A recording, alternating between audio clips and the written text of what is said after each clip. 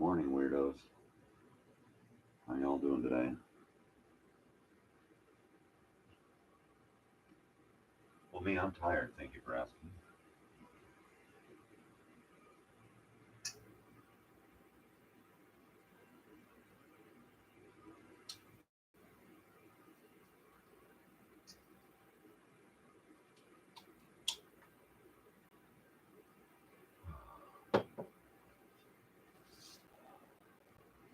But I'm always tired waking up at 4:20 in the morning. 4:20 a.m.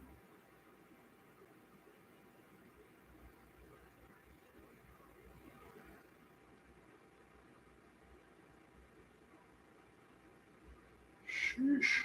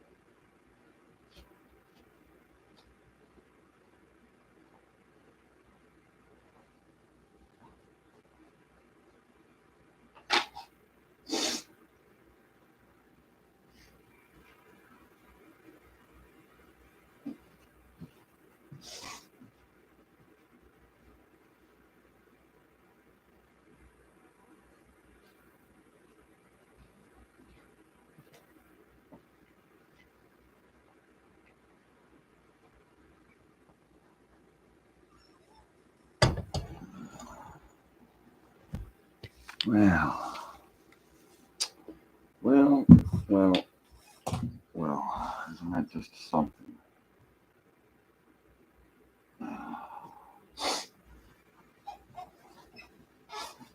That's just something. Lord. L-O-R-T. Well, good morning, everyone. Guten Morgen. I am extremely exhausted. Insomnia.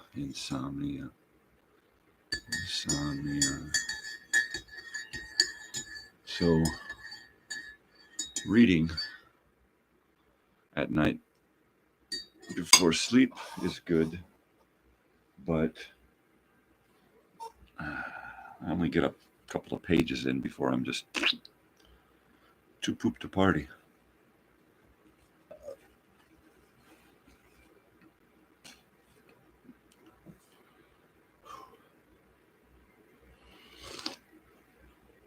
Oh, that's good. Oh, Lord. So,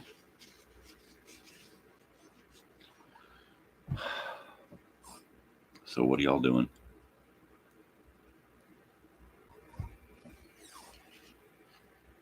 I'm just doing the usual.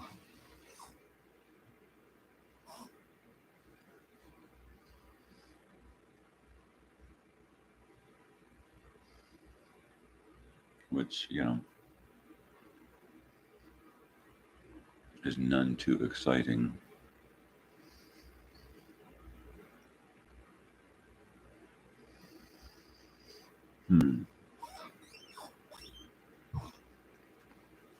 So to do this 4 mornings a week, I've just been getting up 4 mornings a week. But it seems to throw a wrench into the rest of the week. So I've decided to just wake up at 4:20 every day.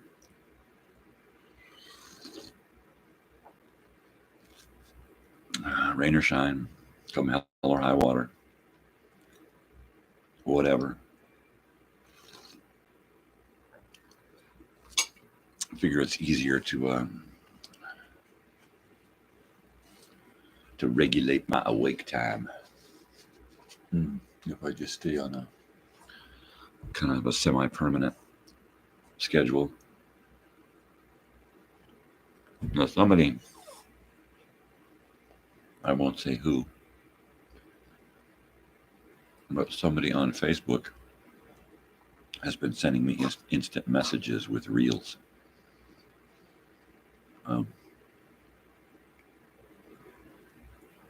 Unless I know that it comes directly from you, I'm not going to open it or view it. It sounds like Rob Deerdick, right? But no, I'm serious. I don't open anything unless you send me a personal message and I know that it's you sending it. Otherwise, I just ignore them. You can't fool me. Unannounced reels showing up. Saying, look at this, you'll never guess. Yeah. I'm not that gullible. Not a chance. Oh, yeah. So, Tuesday, January 16th, 2024, episode 19 of this old guy sitting here talking to himself. I don't know how long this will last. It's kind of a weird concept. But nonetheless, I've been looking on YouTube and seeing in documentaries on various things that YouTube is used for all kinds of socio-political religion things that just why you got to take humanity there? Huh? I mean, what's the deal? What is the deal? I just don't understand. I don't.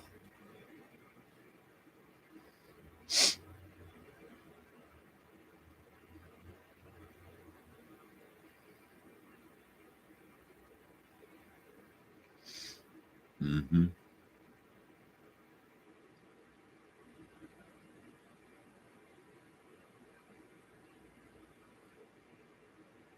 One of those mornings. Mm-hmm.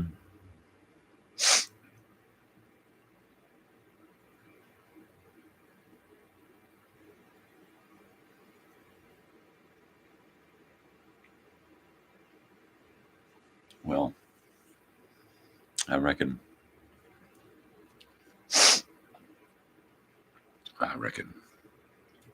reconnoiter.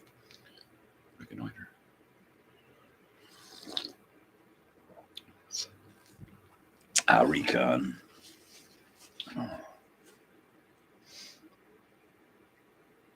Oh, okay. Mm.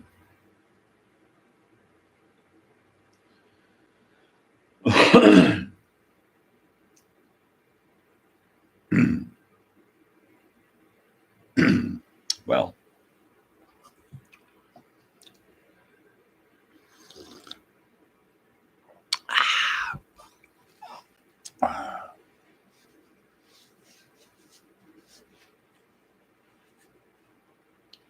oh my God, like, is this all he does on his show is just sit there and drink coffee and smoke weed? Oh my God, like, what a weirdo. You don't know the half of it. Mm.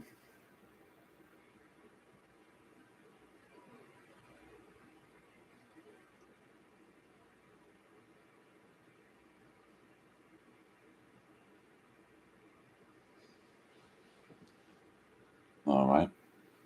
So let's see. Tomorrow we'll be listening to an old time radio show. Thursday we'll be talking shark movies. Talk to me about your favorite shark movie. I don't want to talk Sharknado, unless, of course, that's your favorite. shark movie. But yeah, I don't want to talk weird stuff. You know, honestly, if it was a choice,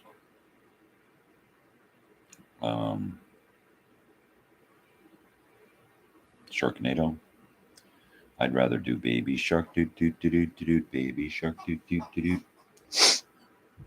I mean, at least that's catchy. Sharknado. Ah, that's like a bacteria. It's like an infection.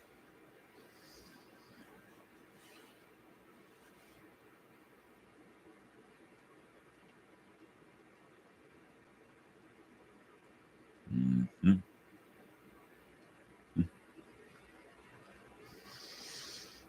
Hmm.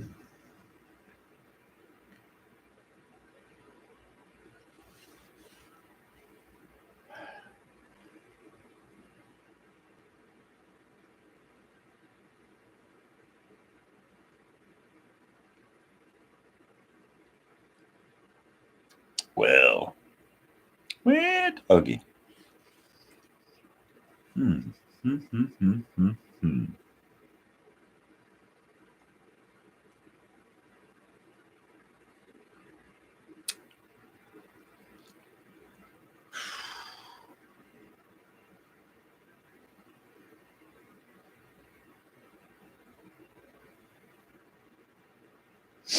Can't run forever.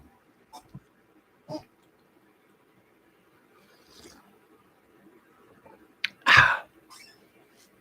Oh yeah. So yeah, I finished watching Shiny Happy People last night. The the Duggar Family Secrets. 19 and counting, 21 and counting. That show. Um, yeah. What a bizarre group of people they are, huh? I mean, I've seen some weird shit, but you can't tell me that isn't some kind of fucking cult. But hey, as far as I'm concerned, all religions start as a cult, and then they either go mainstream or they just remain a cult. Mainstream means, of course, that they've been accepted by the majority, unless, of course, it's medieval times or the Inquisition. Hmm.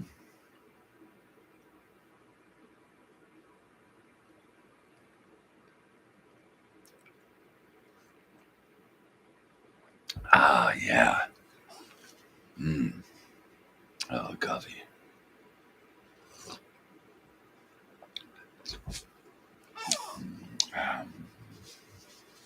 We switched to coffees. You know, we're usually at Folgers. I decided to get something a little different. I think we got some Starbucks Vienna, Vienna sausage or something.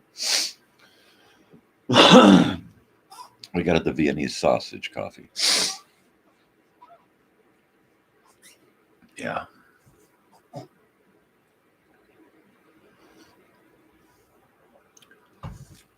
Yeah.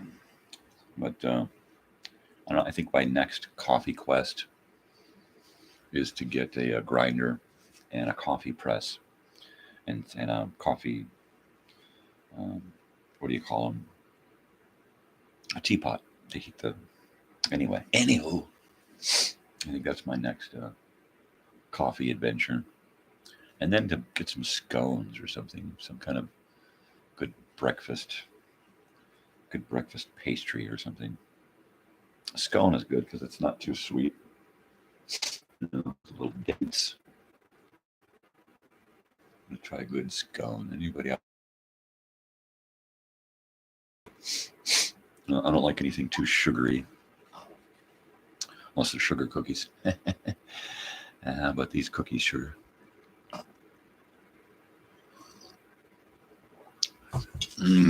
Baby Shark. Totally. I don't know about you, but I like that song.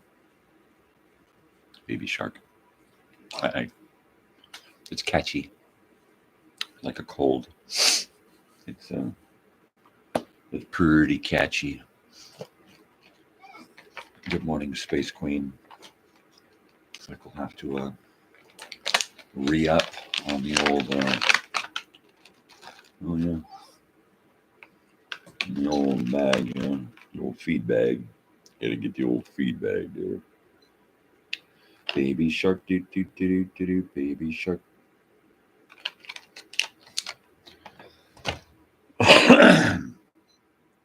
Well, I would ask what y'all are doing this morning, but y'all don't ever seem to show up during the morning. But you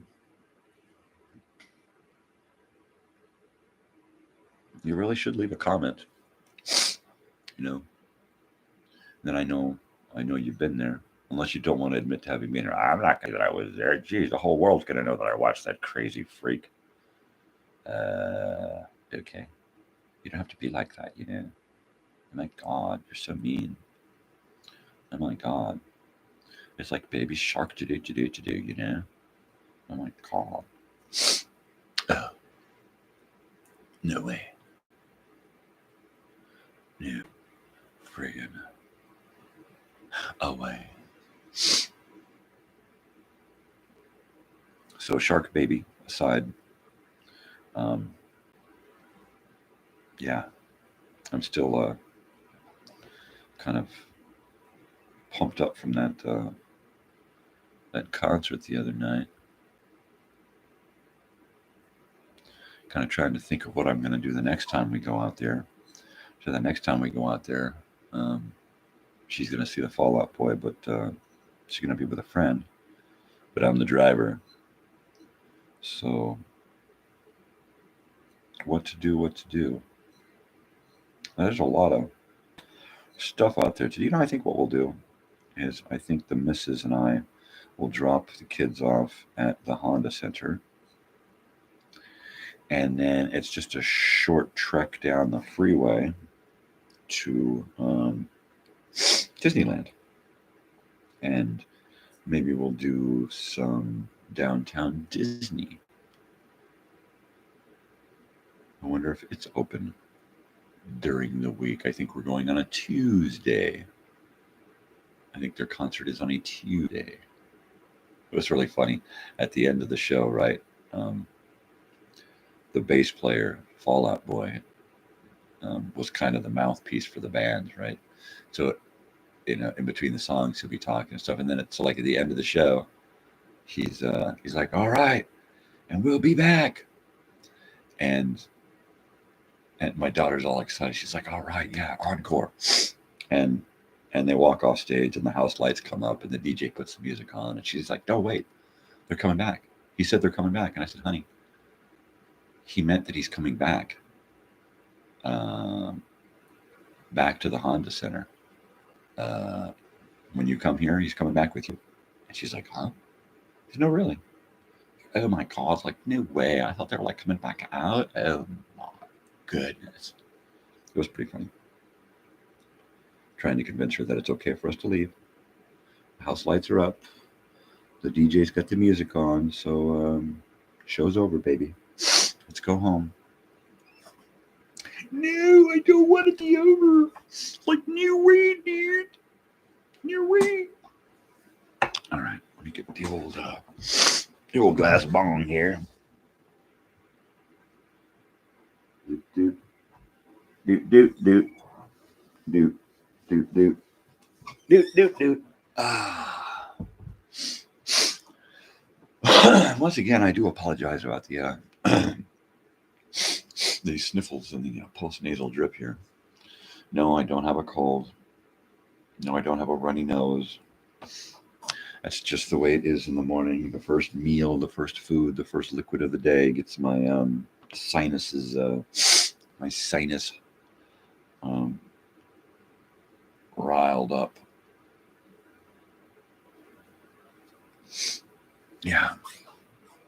I used to suck in school, you know.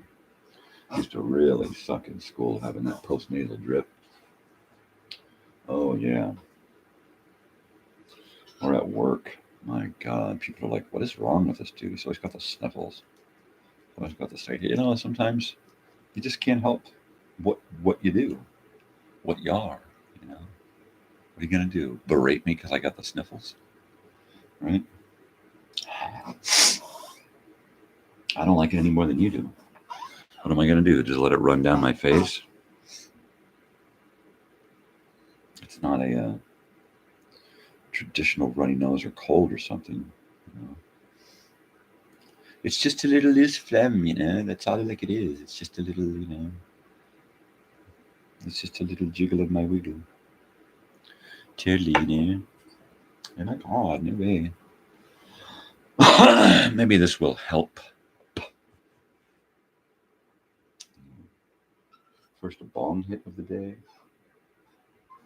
That might help it. Yeah, it might help. For the love of Mortimer. Mort.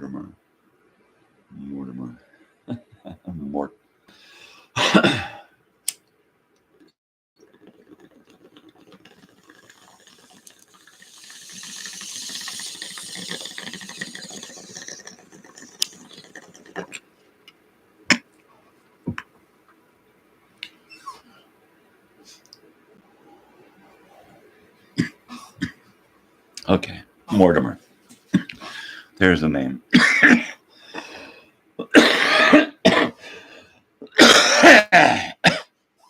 Oh, wow. That was a little bit of a... It's called a cough. It's called a cough. You don't cough, you don't get off.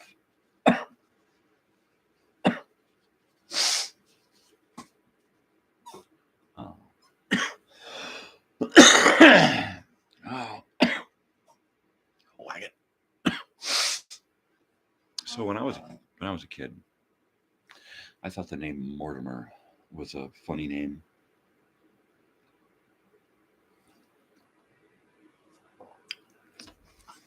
Mortimer.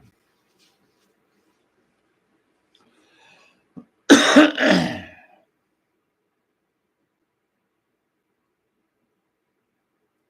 can't remember where the first time I heard Mortimer. I'm going to say it was possibly a cartoon. Mortimer. Sounds like a cartoon. You know what? I think it was...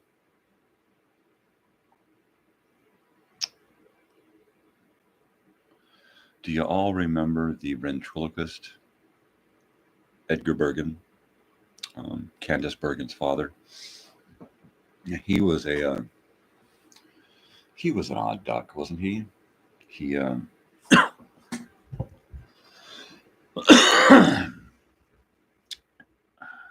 sure, I guess you could say he liked to play with dolls, but he had these characters that he would do through these puppets. And Charlie McCarthy, the guy in the tuxedo and the top hat and the monocle, that was Charlie McCarthy. You would think that ventriloquism is more for stage and screen and even the small screen. But for years and years, Edgar Bergen and Charlie McCarthy had a radio show.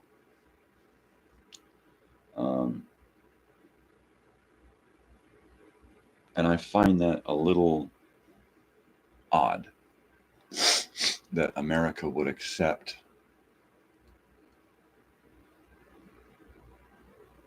a ventriloquism act on radio. It just seems kind of a stretch.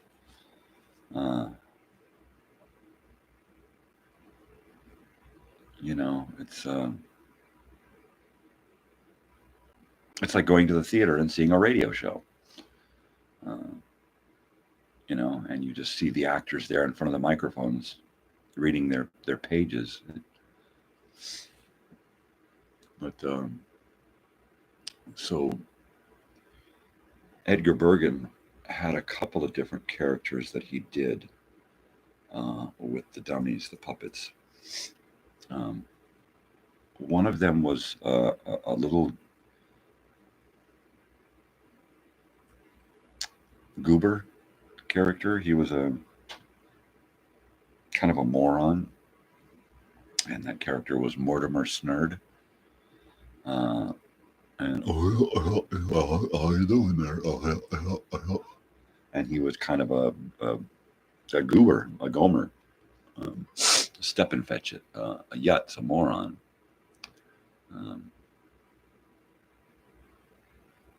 Hilarious character.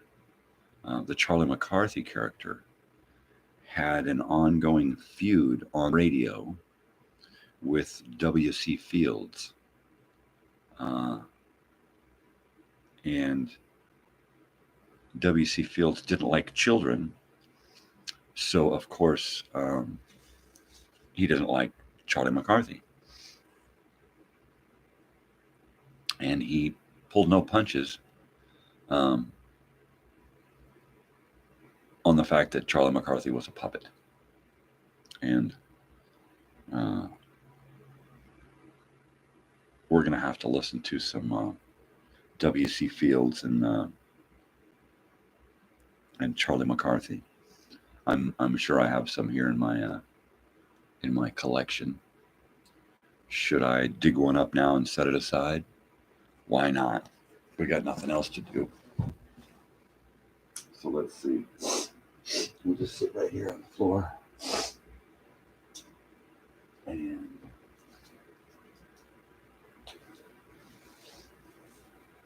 what do we got? What do we got?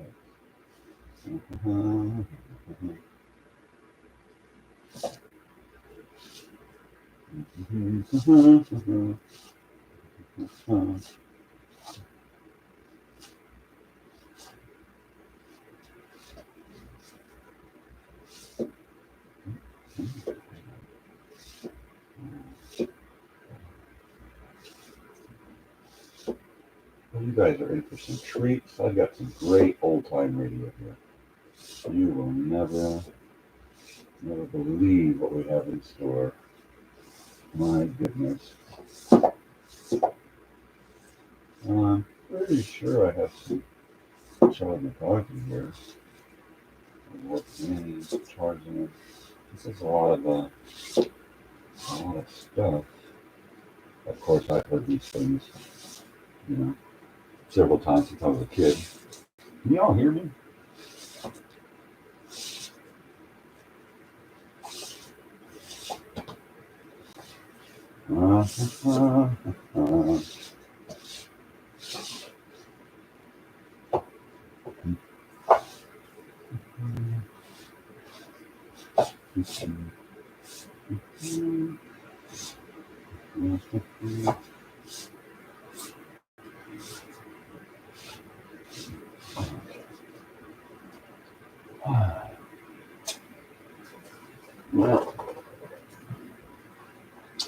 Okay, well, I know I have some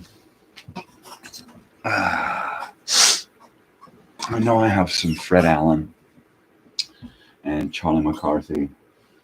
I know I have some Edgar Bergen around here somewhere. I'll just have to dig them up. But the next show we're doing is a little bit of Escape and I think Dimension X or X-1 or something. It should be quite fun.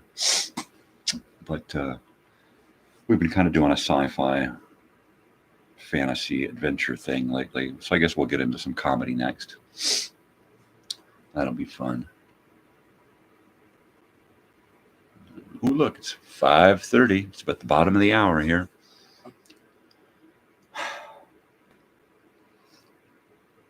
Time to warm up the old coffee.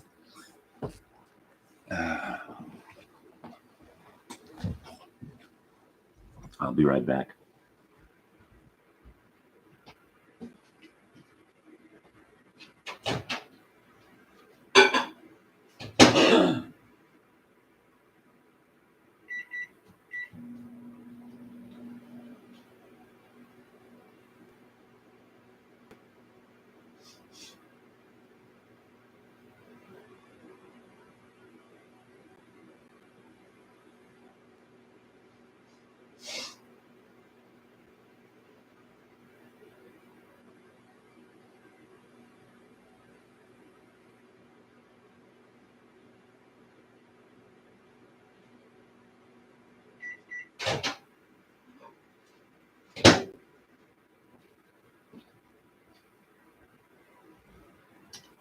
Well, I was just warming up my coffee in there and remembering back to when I kind of first fell in love with coffee. I believe I told this story, so I won't go into detail. I was at a coffee shop and smitten with a girl and drank a lot of coffee and learned how to smoke cigarettes that day. But I was thinking back to why I didn't like coffee, why I did not like coffee up until then. And it hit me that it was my step grandmother, my grandfather's wife, and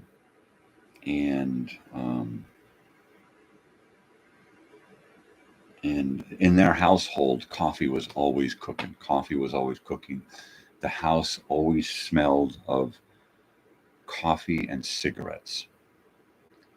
No matter where we were at. I remember the house in, I vaguely remember the house in Upland, I want to say,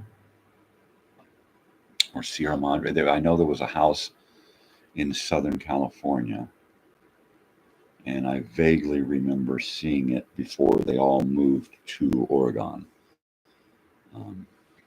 up there in Medford area. And I remember my aunt's home, her and her husband's home, again, always smelled like coffee and cigarettes.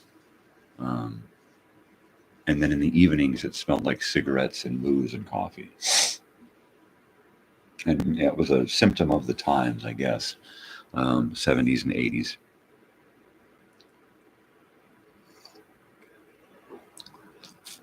But after they moved to Oregon, it was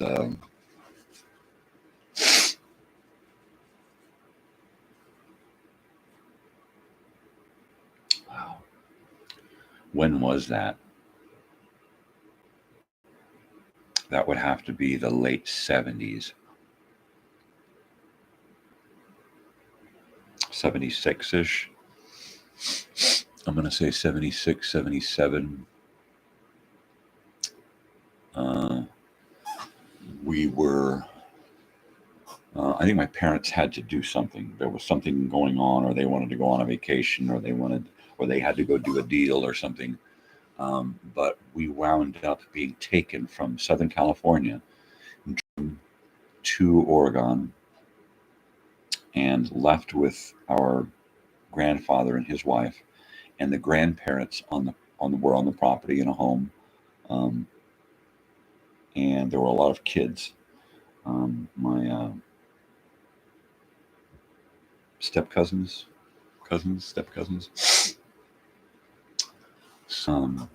So we're taken up there because I guess I don't recall the circumstances, but my parents needed a place for us to be for a week. And so they packed us up and drove us all the way up and dropped us off, and they weren't there. I don't even recall them staying the day or the night. It was literally, here are the kids, goodbye. We got to go. And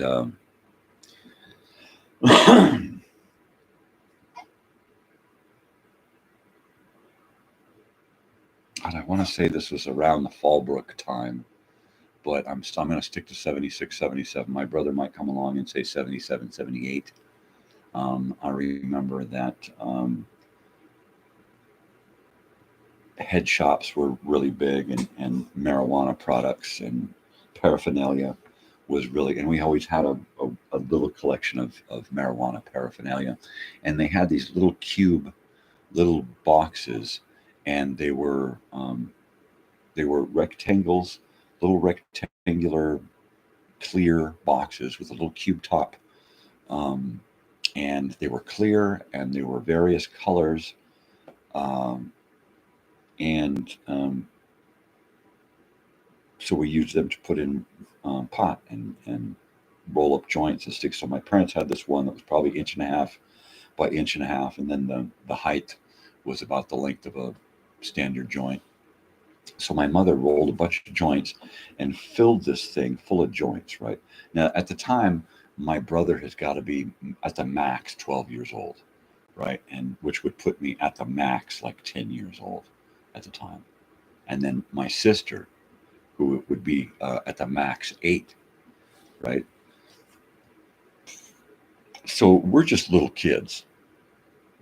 And my mother gives these joints to my brother and says, here, if you guys get homesick, or if you guys can't sleep, or, if you get bored, I don't know what the thinking was behind giving a bunch of kids a bunch of pot. But, man, I just thought it was the most bizarre thing in the world, even at the time. I mean, and I'm in a household of pot smokers, right? And so now, I mean, being here at this place so far away from my parents, it's like we're free of all of that now. It's all of that is behind us, right? Yet this little container, it all follows us, right? And so, of course, it's what we know. Even as kids, it's kind of what we know, what we do. In fact, I'm going to do some more now. And so this is a hilarious story. So it's like the first or second night. I'm going to say it's the first night, because they literally showed up, dropped us off, and then left. And then we spent the day kind of trekking around, and I think we collected blackberries from the wash down along the main street. La Tuna Canyon, I think, is what it was called. And my sister somehow fell or jammed her side of her leg, her outer thigh, on a branch or something, and it broke and just left a horrible scar on her leg. And me and my sister were really, really, really homesick, and this is like, and what's really, really weird is that we're kids and we're brought all the way up there and left, and there's no place for us in their home, which is a big mobile home with a bunch of bedrooms. There's no place for us in the mobile home because they already have a Brady Bunch household. And they put us in a little tiny canned ham travel trailer out back. And I remember this little tiny canned ham travel trailer. You open it up and you go into the front room, and it's the front room is just a tiny little kitchenette and a tiny little bathroom and closet, and then a tiny little dinette set that makes into a bed, and then a sliding curtain into the back that is, I believe it's 2 little beds. So we go out there and we get ready for bed, and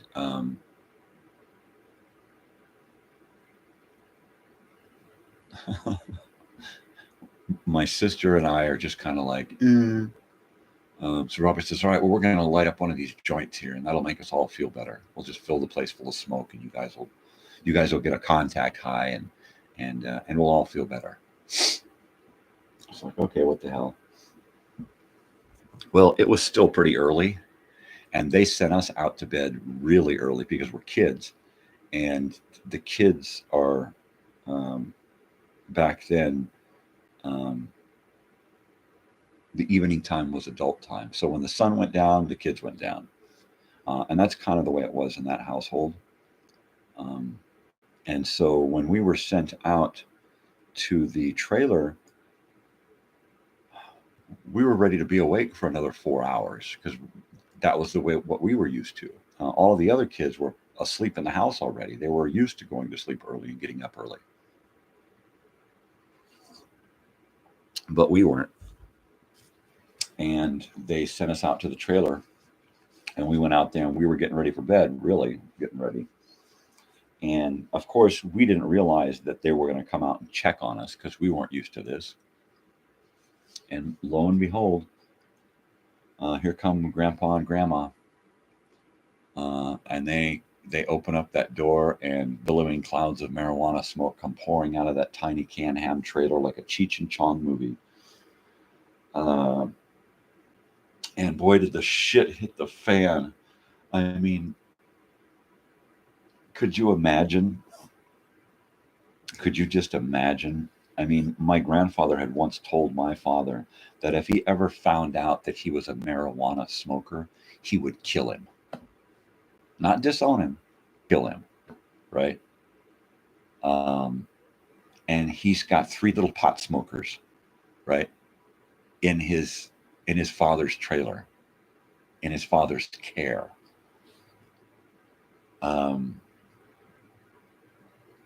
He could not get rid of us quick enough. I don't recall what happened that night. I don't think we slept. We were so concerned as to what was going to be done with us. Now, these guys were old school, all right, really, really old school. And I had heard tales from my father of the physical abuse brought on by alcoholism in the family, and so I knew my grandfather as a very, very strict, mean old man, a disciplinarian, right? And I'm thinking, I'm thinking the worst. What is going to happen to us? Is he waiting for the sun to come up so he can take us down to the church and have us exorcised by the priest? Is he going to take us to jail? Is he waiting? Is he just going to take us to jail in the morning and drop us off and say, come pick your kids up in jail? Which to me, that's what I expected. I expected my grandfather to take us down, drop us off, and say, hold on to these little pot smoking monsters until my son shows up, and then you can arrest them all. And to my surprise, and to my grandfather's credit as a human being, he just packed us all up in his car. Just to hold on a second here.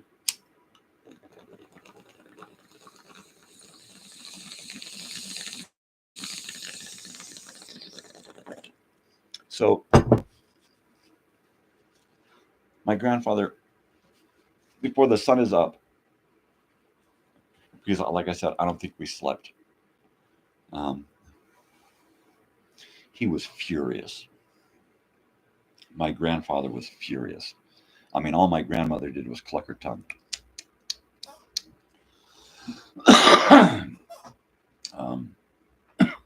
My grandfather could have eaten nails at that time. He was just so furious. And my father's younger brother, his stepbrother, Pete, I want to say, was a couple of years older than Robert, I want to say. a couple of years older than Robert. So they were pretty close in age, right? But I remember, was it Pete who went down with my grandfather to take? So he threw us all in the car early the next morning before the sun was up, and we were on our way driving down, and we stopped at McDonald's after we had been on the road for a little while, and we ate breakfast in the car, and we were goofing and having fun, and talking and sightseeing along the way, and we pretty much brushed this off pretty quick because we had been used to society looking down on us as a whole, as a family, and kind of treating us like pariah, like outcasts. So to get it, firsthand from your own blood relatives, it really wasn't anything new. But I remember driving through this canyon in Northern California, near the Shasta area, and we're just swinging. There's just mountains on either side, and we're just mouths open, kind of in awe of of the scenery. And my grandfather at one point turns around and he says, "Do you three know what you did wrong and why we're taking you back?" And we all just kind of nodded our heads, yeah, and agreed, yeah, we get it. And that was pretty much all he said to us after the fact. That was it. After he busted us. And he might have chewed on us all night and morning for all I know, but I don't think he did. I think he just stewed. I think he just went in there and smoked cigarettes and drank coffee until it was time to hit the road. And then he made his decision. I'm taking him back. I'm just dropping him off.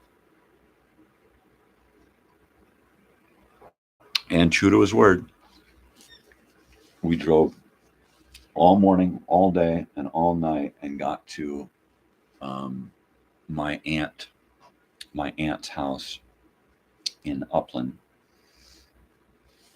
California, and he dropped us off. And I don't remember him being there that long. I remember him being upset and having to explain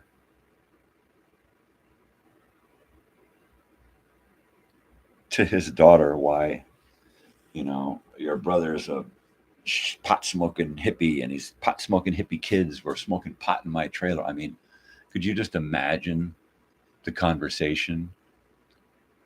And I don't even remember if there was any back and forth between my father and my grandfather about this. Honestly, I don't think there was.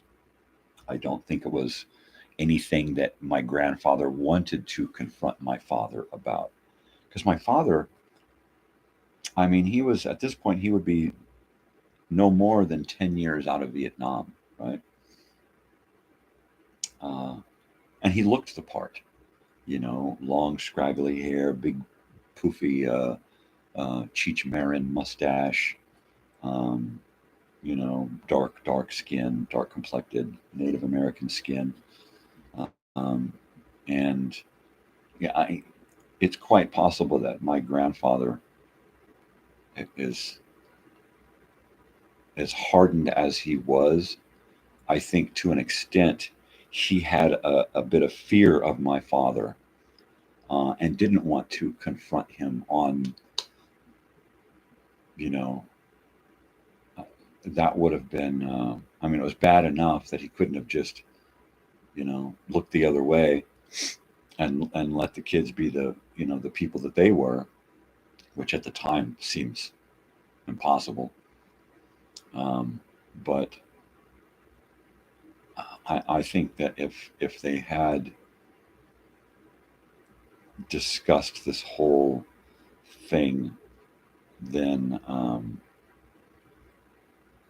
they probably would have, gotten into a pretty heated argument, if not a fight. How can he, claim to have a better way of raising kids than him? And how could he, it would be one of those things where you would not want to be in between the two. Not a chance. But then again, I mean, we rarely went to family reunions. We rarely went to family. When we did, I always felt like the black sheep of the black sheep of the black sheep. I mean, I felt so far removed from everyone there. And we can go further into my whole history on another day. But I never really felt accepted as part of the core clan. I always felt like I was kind of an add-on, a guy who kind of showed up late to the party, and they made a place for him anyway. And the place they made for him was kind of like a stool that was too short, so that the table comes up to here. You got to sit at the table like this and eat. That's always how I felt in the family. I always felt like the not necessarily related guy. So, I think I recall 2 or 3 get-togethers with the whole family, my whole father's side of the family. There was one get-together in the mid 70s, which probably prompted this trip. Was probably like, hey, why don't you bring the kids up and drop them off for a week, and they can hang out, and it'll be like summer camp, and it probably popped up like something like that. The kids, look at them all, they're all about the same. That'd be great. Your kids, my kids, all playing together. That sounds like my grandfather, having a couple of drinks and telling my father, you're great, I love you guys, and then gets us up there and finds out the harsh reality, that we're all just a bunch of pot smoking hippies. Well, there ain't no goddamn commune up here.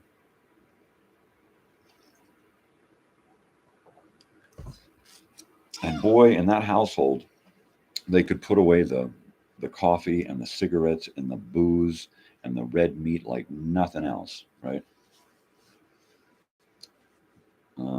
And you're going to get down on me about a little pot smoke. And of course, the pot smoking back then was, the work of the devil. And so, of course, it didn't go over really well, being busted with a bunch of joints in a travel trailer. I mean, come on. Yeah, I mean, literally little kids,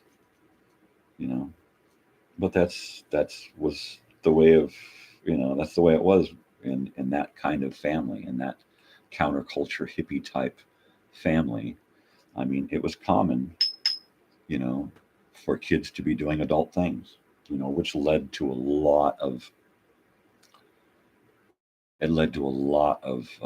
abuse issues in many households who looked at life that way, looked at the counterculture hippie life. I mean, there was a lot of abuse, physical abuse, mental abuse, sexual abuse. There was a lot of that going on in counterculture, drug families, and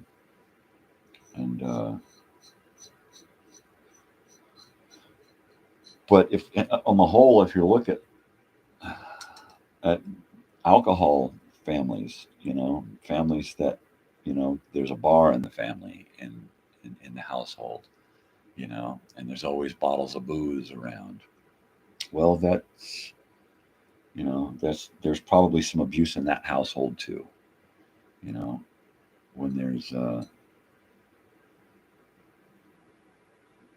just not enough love and caring and understanding in the household, well, that right there alone can lead to abuse of many kinds. And then you just stir in, you know, all of these different things. And you know, the only abuse that happens in my household now currently happens to myself. You know, I abuse myself. That's about it. You know? Because first of all, I'm the only one who should be allowed to abuse myself, and second of all, um, I'm the only one who should be allowed to abuse myself, and I'm the only one who should be allowed. You know, it's like a little circle, go round and round and round and round. That's it. You know, you can only take shit out on yourself. It's nobody else's fault. So why pick on them? You know, it, it, if if it's a sexual thing, that's you, man. Don't put it off on somebody else. Don't involve somebody else in your fucking shit. You know, it's different when you're a kid and you don't know any better, and even your parents are teaching you the wrong things. Well, how do you go about figuring out what's right? Well, it's pretty fucking easy to figure out what's right. This is right and this is wrong, and you can feel it inside. You know when you're doing something wrong because it makes you feel a certain way. You know when you're doing something right because you ain't getting that horrible feeling about, oh my God, I'm doing something bad. People get off on that horrible feeling that they get when they're doing something bad. They call it an adrenaline rush. They call it this or that. And basically what it is your body, your mind, your nerves, everything about you is saying, hey, this is wrong. Stop doing that. But people get off on that. It's like a high for them, right? And that feeling, that adrenaline, that buzz, that, you know, oh my God, that feeling right there is what always kept me away from doing the crazy, horrible, monstrous shit, you know? Um, and when you're raised to be in those situations a lot, to feel that a lot, and you're supposed to get used to feeling like that, like it's a good thing, it's hard to then make the the differentiation, different. It's hard to make the distinction between the two, and then choose the right path. You know, and it took me, gosh, up until my late teens and early 20s before I figured out that, you know, I'm in control of me and no one else. I got to worry about me and me first. And if I got an issue, I deal with it. I don't try to put it off on somebody else and make it somebody else's fucking problem, you know? And that goes for pretty much everything in life, you know? Don't make your problems and your bizarre issues somebody else's problem. And don't twist somebody else, you know, and turn them into something to suit you. That's not, that's not, no. Uh-uh. Uh-uh.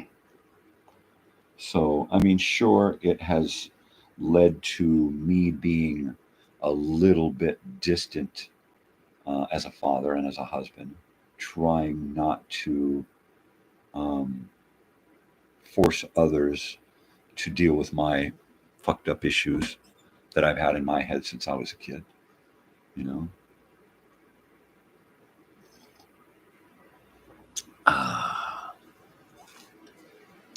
But does my daughter have all of those issues that fucked me up? Oh hell no. Oh hell no. You know, she has had to live a real life, um, but has she had to go through all of that horrific shit that we went through as kids? Oh hell no. There was no way in hell that I was going to let her have to, go to 2 or 3 or 4 different schools in a year, or have to see dad, as a little kid, see dad get arrested again and again, or have to do things because they were better for the adults and not the kids. No, hell no. Everything we did after my daughter was born, after she got into school, everything that we did from then until now has been about her. The job, the area we live in is because we want her to be in one place and have friends and have a life. Taking the smaller paying job is by choice because I would prefer to focus on, keeping her in one area so that she doesn't have to have that challenge of having to make friends every year or 2 years, having to be uprooted, having to go through, it's hard on adults having to go out and make a life for the family, but it's 10 times harder for the kids because they don't know what the fuck's going on at all, ever, right? They're just being pulled through all of this. And some kids got it dicked. Some kids got it made, man. Everything here's everything. Perfect Christmas, perfect birthdays, perfect school, perfect everything.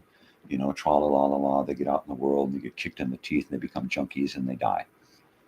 Or they don't know how to do it.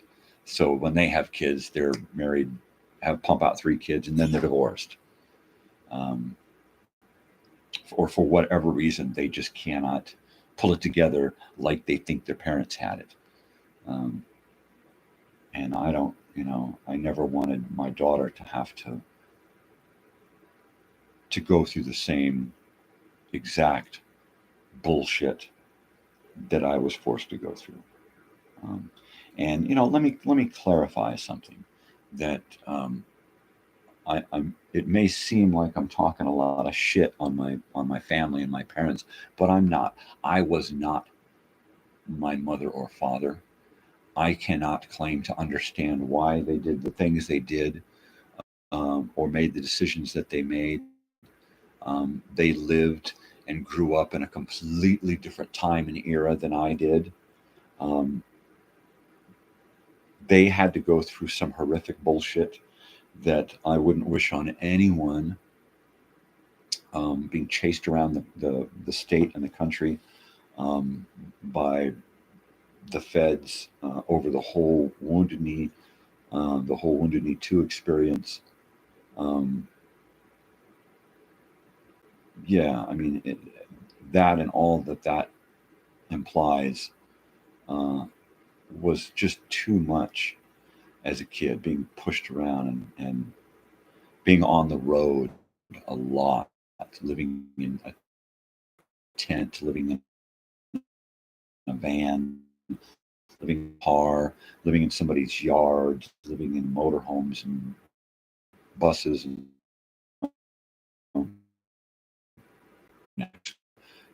we're going to stay in this or we're going to move into that. I never knew what the fuck was going on for my children. Wound up being child because I had been through it. I had already seen that. Why would I want to then see it again only through the eyes of a child? No, I mean, I'd already seen it through the eyes of a child. I don't want to then look into the eyes of a child living, and for the first, at least, and then it didn't get any better with the kind of a, I wouldn't say a depression, but what did we have then? A repression. right? In about 2008, when we had that whole economic downturn thing, and then things got challenging again, and we were uprooted a bunch of times. And I thought for sure that Northern Nevada was going to be it, and we were going to stay there, and that was going to be the place. And then when things changed, and we were instantly uprooted, and then had to bounce around to figure out what and where. Um, I didn't want that to continue. I didn't want to keep bouncing around and dragging my daughter from here to here and following the work. There's not a whole lot of work in this area, so you kind of have to wing it. You either find a steady job and then suck it up, and then yes sir, yes sir, yes sir, yes sir, yes sir, so you can get your slave wages, or you got to think outside the box and you got to create a job, which is what I did out here. After I realized how difficult it was to find good, steady employment, I switched over to the handyman trade and kind of created my own client base, and was able to just go kind of make the circuit and work for, a dozen people. And that was great because, I'd work here for a little while, and then I'd work here for a little while, and then I just kind of move around. And then after a while, I'd get a call from somebody who, on my,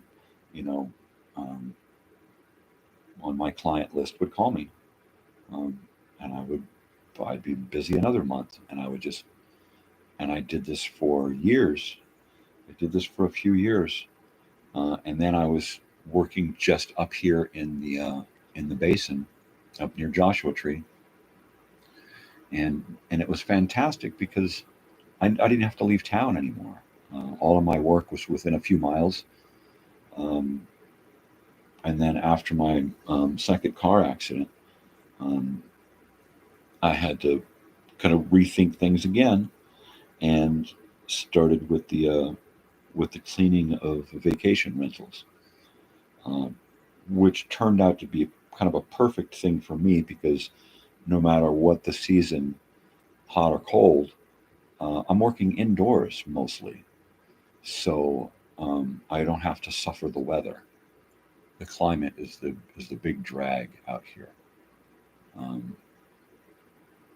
and not having to suffer with that, being out in the heat, sweating, or being all bundled up, freezing, blowing out fingertips and knuckles and shit. The worst I would get would be scrubber's elbow, dishpan, uh, chip a nail. So I found out that was the easiest thing that I could do. And not just, like, well, I'll take the easy road, but it allows me so much more time to think about who I am, and I'm 55, but you never really figure out who you are.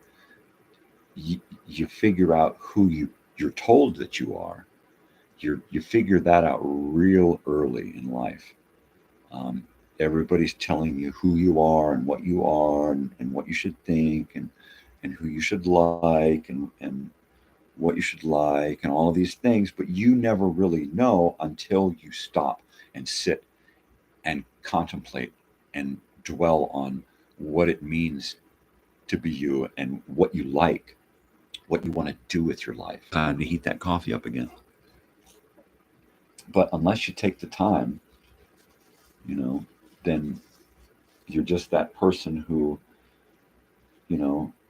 was told, hey, you and Bobby Sue look really cute together. You should date,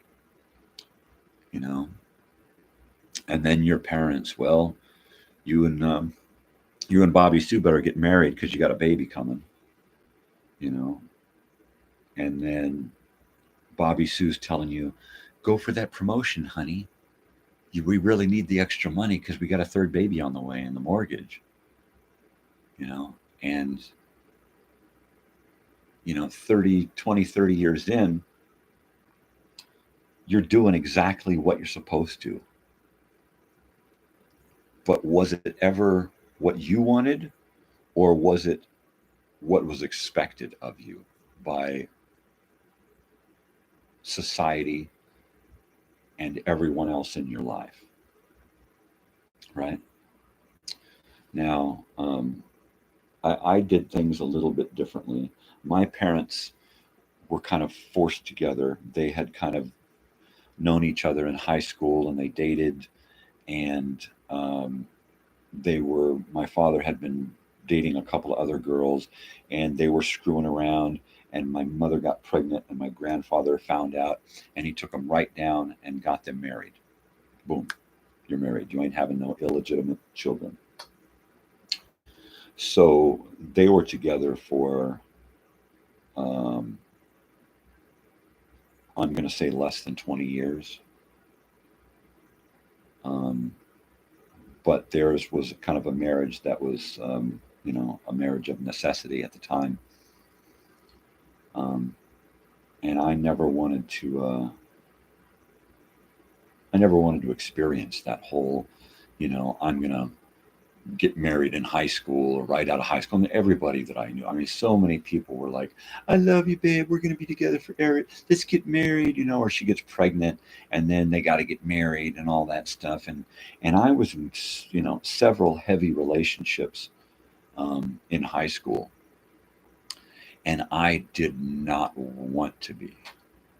Anytime that I got into a heavy relationship, I got out as quick as possible. And it was due to the fact that I was afraid that I was going to get married early and I would have all of these burdens thrust upon me. I did not want to be a father. I did not want to be a husband. I did not want to be an employee. I did not want to be a slave. I did not want to be so many things. But basically, I didn't want to be beholden to anyone else but myself. At an early age, I knew that much. And I did all I could to avoid a long-term relationship. And I did everything in my power to avoid being a father or a husband, but especially a father. I did not want to have a divorced wife and see my kids on the weekends. I did not want her second and third husbands raising my children, okay, whoever that female was. I did not want that for me. And that's all I saw, because I could not find anyone who had any real strong core values, all I saw was a lot of people partying and having a lot of fun. I thought, all right, well, if I'm going to do that, I'm going to do that. And I'm going to do that until I'm tired of doing that. But I'm not going to do both. No.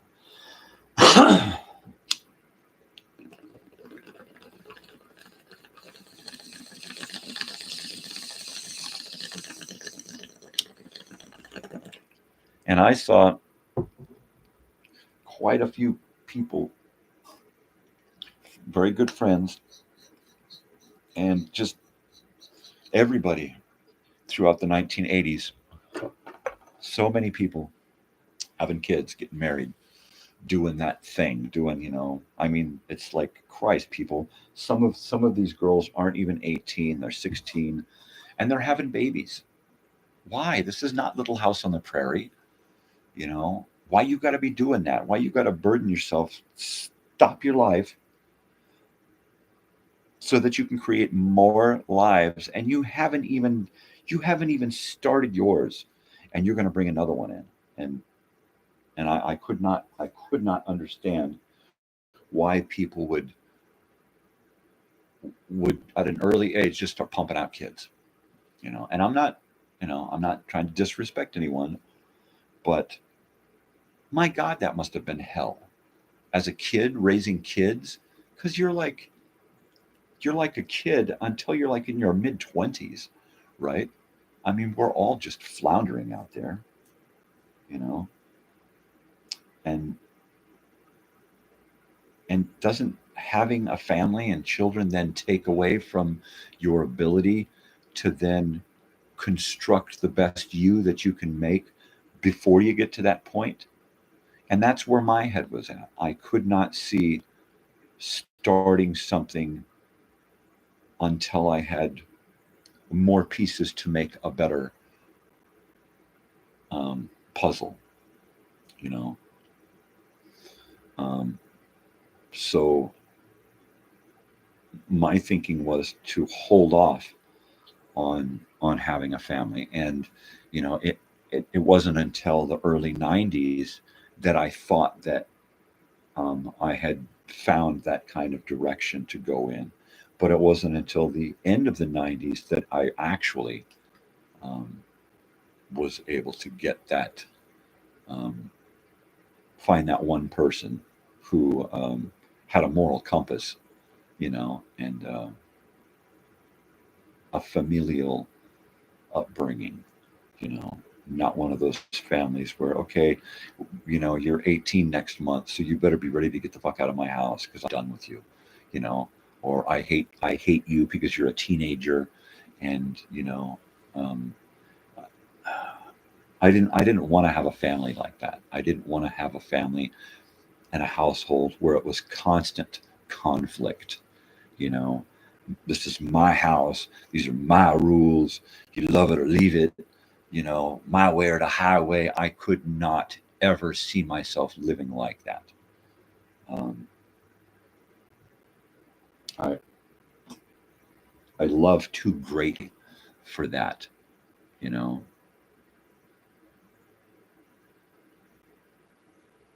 so knowing that I love too greatly and my heart breaks way too easily, and breaks like almost, there's almost a permanence in the breakage. You know, I couldn't let there be conflict. I mean, in my head, I'm conflicted enough, um, because of my emotional and mental instabilities. I didn't want to push that on my family, so I've tried to keep the conflict way down. I've tried to um, absolve anyone else of anything that I make them go through, because it's all my fault. Whenever there's an emotional or mental breakdown in the family, it's always me, because um, you know, because I'm screwed in the head. But yeah, the rest of the family, not so much. I mean, my daughter's studying psychology. Go figure. Um, but that's good, you know. And maybe with these videos, she'll be able to sit and analyze me, um, and figure out the why of me. That'd be friggin' awesome, you know. Or she can at least look back, because I have, you know, family photographs and videos going way back. So she can kind of construct, uh, she can construct a, a bigger picture of who I am, and then later who I was. Um, so that's cool. And then y'all can come along with me on the adventure and learn the why of me. Um, because, you know, I mean, when you comes right down to it, that's pretty much what this is all about. I gotta warm up my coffee here, so forgive me for escaping.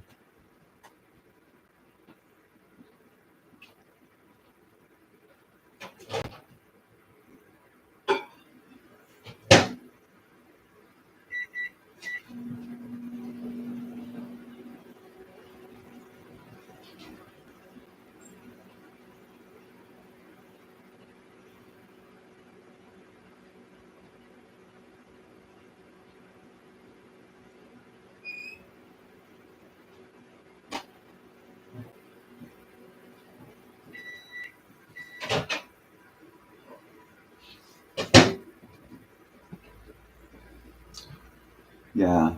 Okay. So, like, where were we? Oh, so you know what? Earlier I had been talking about the trip to Oregon to my grandfather's house.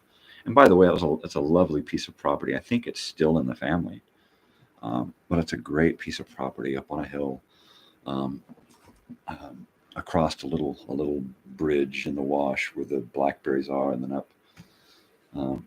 It's a great piece of property. It was fun. I really enjoyed the small amount of time that we were there. We never went back. I think the next time that I saw my grandfather um, was in 1998 or 99 in Riverside at my cousin's house, at a small family reunion. It was at my cousin's, and everybody was there. Uh, and I don't know why I got invited. Um, I had never been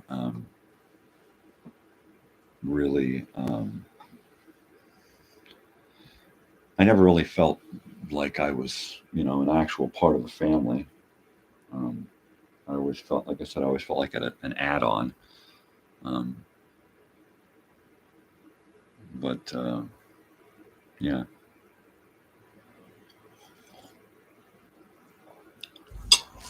we'll have to talk about that someday. But yeah, I mean, it was probably 20 years later that I saw my grandfather again, and he didn't change at all. He looked exactly the same. Um,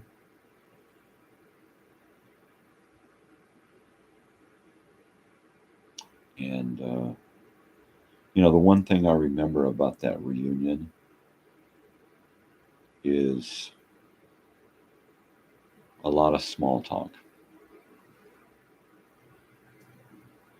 Um, and by that I mean, hello, how are you? How have you been? And that was pretty much the extent of it with about everybody that I talked to. Everybody else was standing around laughing and having a good time and telling stories about this and that and this and that. And the most I got out of people was, "Hi, how are you? How you been?" Um, and that was the handful of people who actually engaged me. Um,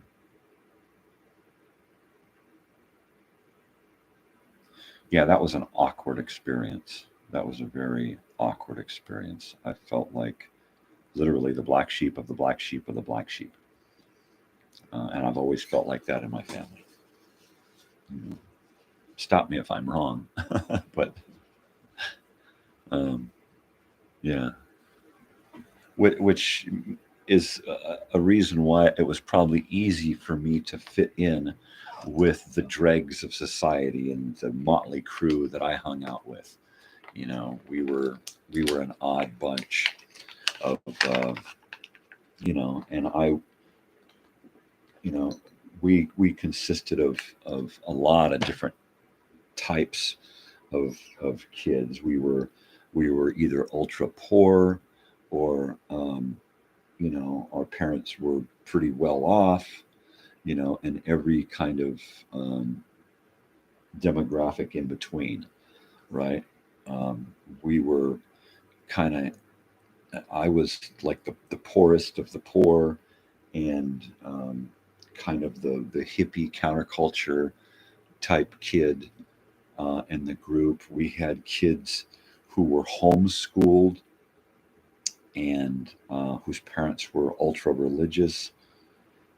We had parents who were well off, and their households were, um, you know, the best of the best in everything. Um, and it was a kind of a weird, when you're that close with your friends, so that you you really share in their experiences, and those experiences at home, you know, um, and especially being the poorest of the poor. Um, if I was going to be included in a lot of the things that we did, somebody else had to pay my way. I mean, literally, because I didn't have, a lot of times I didn't have dime one, you know, and how am I going to go to Disneyland or Magic Mountain or Knott's Berry Farm, or go to a concert, or even afford to go to a kegger party, right? $5 a head, $2 a head, or something, and you can't even afford the $2. You, you do things. Well, I'm not going to drink anyway, so why should I have to pay? And yeah. But yeah, I mean, growing up, we were a bunch that was quite diverse, um, and that made it easy to grow up, being the black sheep of my family, and then being in a group of black sheep, you know, and it was okay to be that different guy, you know. Sure, we could goof on each other and laugh about the different things and the differences that we were, but at the same time, we all knew that we were different, and it was okay to be different. I mean, it was okay. You know, um, that was one of the things that held strong when we were young, um, and that's one of those things that I I think is making a comeback. Where it's okay to be whoever the hell you are. You know, whoever that is. As long as you ain't hurting nobody and you ain't outright trying to, freaking kill yourself, well, then be whoever the hell you want to be, you know? And I think that, um, today can learn a lot from yesterday, and not just my yesterday, a lot of yesterdays. Um, and I'm not going to sit here and say that my day was better, because in a lot of ways it wasn't. Abuse was hidden, and it was, you know, not talked about, and it would be behind closed doors, and you know, things are different today, and there's a lot of good out there in the difference, but there's a lot of bad too, and there's a lot of things that still need to change. So I'm not saying my day is better, but there's a lot that can be learned from yesterday, and the day before, and the day before, and the day before. You know, yesteryears have a lot to offer as far as experience. That's why I frown on cancel culture. You know, and woke, because you can't wake up, but and then close your eyes, put the blinders on. I mean, that's not the way it works. I subscribe to reality for reality's sake. Reality doesn't always, it ain't always pretty, but you can hold on to it, and it's real. Um, and we need more reality, more education, and more reality. If you have reality and education, real education, not just propaganda bullshit, but real education, you know, then everything else uh, is an easier choice, because you're making an informed choice, um, and you're looking at things through, you know, through real lenses, not rose-colored lenses, and not, that bullshit where everybody's blowing smoke up your ass. You know, grab a hold of reality, and ride it. You know, it's not always pretty, but it's real. You know, and once you have reality and knowledge, it makes everything else. Um, it makes everything else kind of come together. You know what I'm trying to say. You know, reality, knowledge equals, power. You know, you don't want to have false power. You don't want to have a false identity. You need introspective, retrospective. You need to, you know, um, you need to know you, and you need to know the world around you. Right? I don't want to get all weird and philosophical, and I think that's where I'm going, and I don't want to be there. So let me take you about this.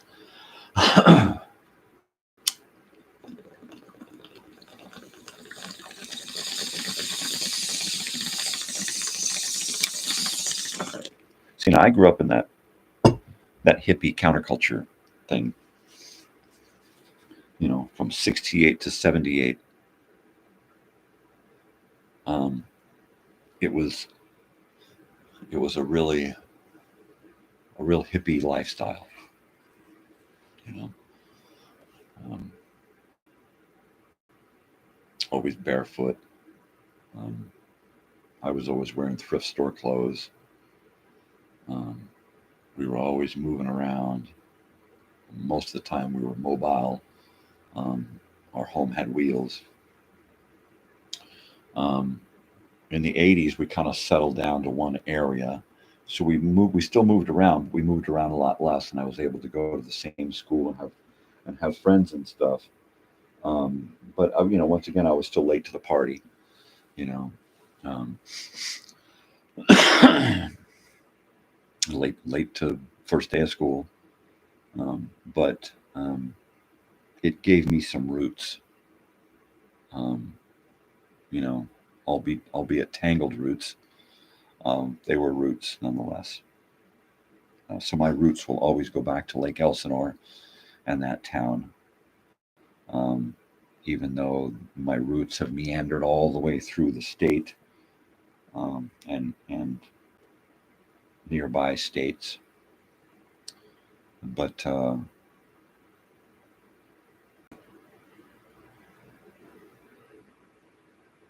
I think the whole Lake Elsinore period, my second decade, um, that would probably be my formative years, the ending of my formative years. Um, I never tried to follow society's idea of what I should do. Um, and that was kind of my model for the 90s. Um, I just kind of played it by ear. You know, Somebody would say, "Hey, there's this trade school up. Sure, I'll go. Yeah, but it's for, oh, sure, I don't care. We'll just go. You know, all right. Well, this trade school is that you're going to now is closed up. So you want to? Sure, I'll try this one over here. Well, what? Sure, I'll try that one too. And I just kept bouncing around, bouncing around. I'll take a job here and work here. I'll take a job here, and a lot of the time, I was just following somebody, following this girl, following a friend. Mainly following friends and where they were going and what they were doing, because I had no clue as to what I wanted. I just knew that I didn't want to get to that point to where I had to be that responsible adult, responsible for a whole bunch of people. You know, and um, and that is a challenge unto itself, especially if you wind up becoming alone in that challenge, and watching friends, you know, get married and then get divorced and have these weird family dynamic things going on. I knew I couldn't I couldn't do that. I had resigned by the end of the mid to late 90s. I had pretty much resigned myself to being a bachelor. After a breakup in 92, 93, I had dated off and on throughout the 90s, but had pretty much decided, you know what, the whole relationship game is one that I can't win. And I decided to just stop playing. And my plan was to get a good job and save up enough money to buy a little motorhome or trailer, and then buy a little piece of property somewhere, and then just go kind of have a savings that I could dip into and live on this piece of property somewhere alone, away from everyone, raise my own food. I joked that I was going to be a hermit in a cave raising potatoes and goats, which wasn't far from the truth. By 98, I had already got a new car from the job that I was in, and I had bought a small motorhome that I was rebuilding from the inside out, turning it into a little man cave. And then I found my future wife, and pretty much the brakes were slowly being pushed on the bachelor lifestyle. And I, started switching gears and went from, being a bachelor to a husband. And I did not know how to be. And by this time I was already 30 some 40 something. Yeah. I don't know, I felt like I was old. Do I have to do the math? Yeah. So 30. I'm gonna say I was 31 when I got married. No. Yeah. I would have to say it was something like that. See, I was born in '68 and I got married in 99. Sheesh. So yeah, 31, I guess. Sheesh. It's younger than I remember. That's cool. So that's why it was so still so rough for me in those early years of my marriage. Mike in the garage. So where is Joshua Tree? Okay, Joshua Tree is in Southern California. Oh, about a half an hour, 40 minutes from Palm Springs, and near the 29 Palms Marine Base. Mike in the garage. Does that answer your question? Thanks for chiming in with the question. I appreciate it. But yeah, there's that. And we've been living out here in the Joshua Tree area since my daughter was in the first grade. Not wanting to keep moving and dragging her around, we just decided to stay here. You got it, Mike in the garage. Thanks. You please subscribe if you would. I could use an extra subscriber. And there's a lot of very inexpensive vacation rentals here in Joshua Tree if you want to come visit. Really a weird, eclectic area out here. A lot of fun, a lot of nightlife out here. I live right near like right in town in Joshua Tree. And within 15-20 minutes of here, in one direction is a casino that has concerts. And then there's another place here called Pioneer Town. And it's an old movie studio town. Roy Rogers built a bowling alley out there near the little barn where he did his sound stage stuff. And there's a restaurant bar out there called Pappy and Harriet's. It's a world famous place. We've had a lot of different people out there. I think the most famous person we've had out there is Paul McCartney. He played out there one night when he was doing the Summerfest in Palm Springs. Most recently, out at Pappy and Harriet's in Pioneer Town, my wife and I saw Big Sandy and his Fly Right Boys, just an awesome group. And then almost a year ago, my daughter and I saw Lucas Nelson and The Promise of the Real. Lucas Nelson, of course, is Willie Nelson's son, and sounds remarkably like his father. If you don't know any Lucas Nelson, check it out. It's just some fantastic stuff. I've got a bunch of Lucas Nelson here. I'd love to place it, but copyright won't allow it. So look through my playlists on YouTube here, and you can find some Big Sandy and the Fly Right Boys. You can find some Lucas Nelson. You can find some Ben Harper.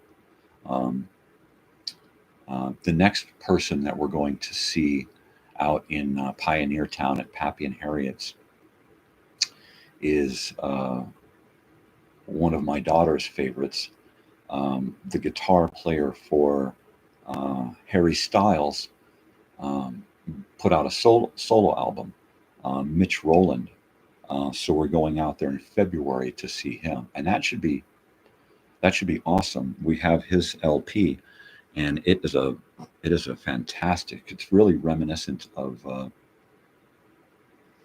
70s, 80s guitar stylings, ballads and that kind of stuff. And that's kind of like why I like some of the newer stuff that my daughter listens to, because some of it really has that throwback sound, or you could hear in some of the songs that they grew up on, mom and dad's music, listening to Peter Gabriel, or what have you.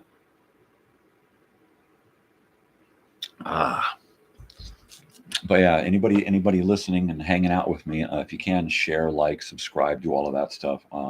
I'm going to be trying to put together a live telethon so that I can get to 100 subscribers, because I've got a bunch of vintage crap sitting around my room here, and my storage unit, and I kind of want to give some of it away. And then my daughter is going to help me design some hats and coffee mugs and stuff, because that's always fun to give out, bumper stickers or whatever. And then anyone at any time chime in with a question about anything in the room, because like I said, I got a bunch of crap here. My lava lamp still looks like a small intestine, hasn't woken up yet, but the sun has. The sun's finally coming through. I've been on for an hour and 45 minutes this morning, and once again my shows are going long, mainly because I just can't shut up in the morning. You get a little coffee and a little pot in me, and I just start blah blah blah blah blah blah blah. But I appreciate you hanging out and taking the trip with me. Like I said, I'm going to be trying to put together a telethon to get to 100 subscribers. I don't want to stay on. I don't want to stay on air for more than a couple of days, because I don't know what to do for that amount of time. I'll probably play a lot of old time radio and sit and tell a lot of stories about the 70s and 80s and Southern California and the hippie counterculture and the 1970s and 80s drug culture and music and television and movies and stuff from the 70s and 80s, because that's my era, that's my period, that's my time. Those are my jams. So like, I'll probably have a lot to say about that. And oh look, a bong hit. So cheers and good morning.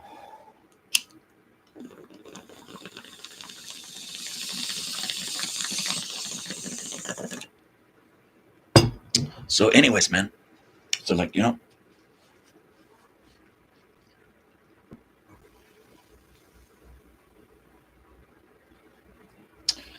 so back to my family and family reunions and stuff. And there was one family reunion that happened, like I said, in about 76, I want to say, because my brother in the school photograph looks very similar to the brother in the to my brother in the family reunion photograph. So I'm pretty sure it was 76, 70, maybe 76, 77 school year. Maybe this the summer of 77 or the summer of 76. That's not really important, but it was in Upland, and it was. I remember my grandfather and his family being there, and his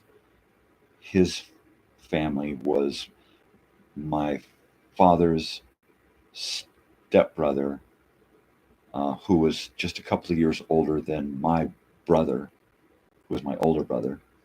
And then all of my grandfather's kids down from that were younger.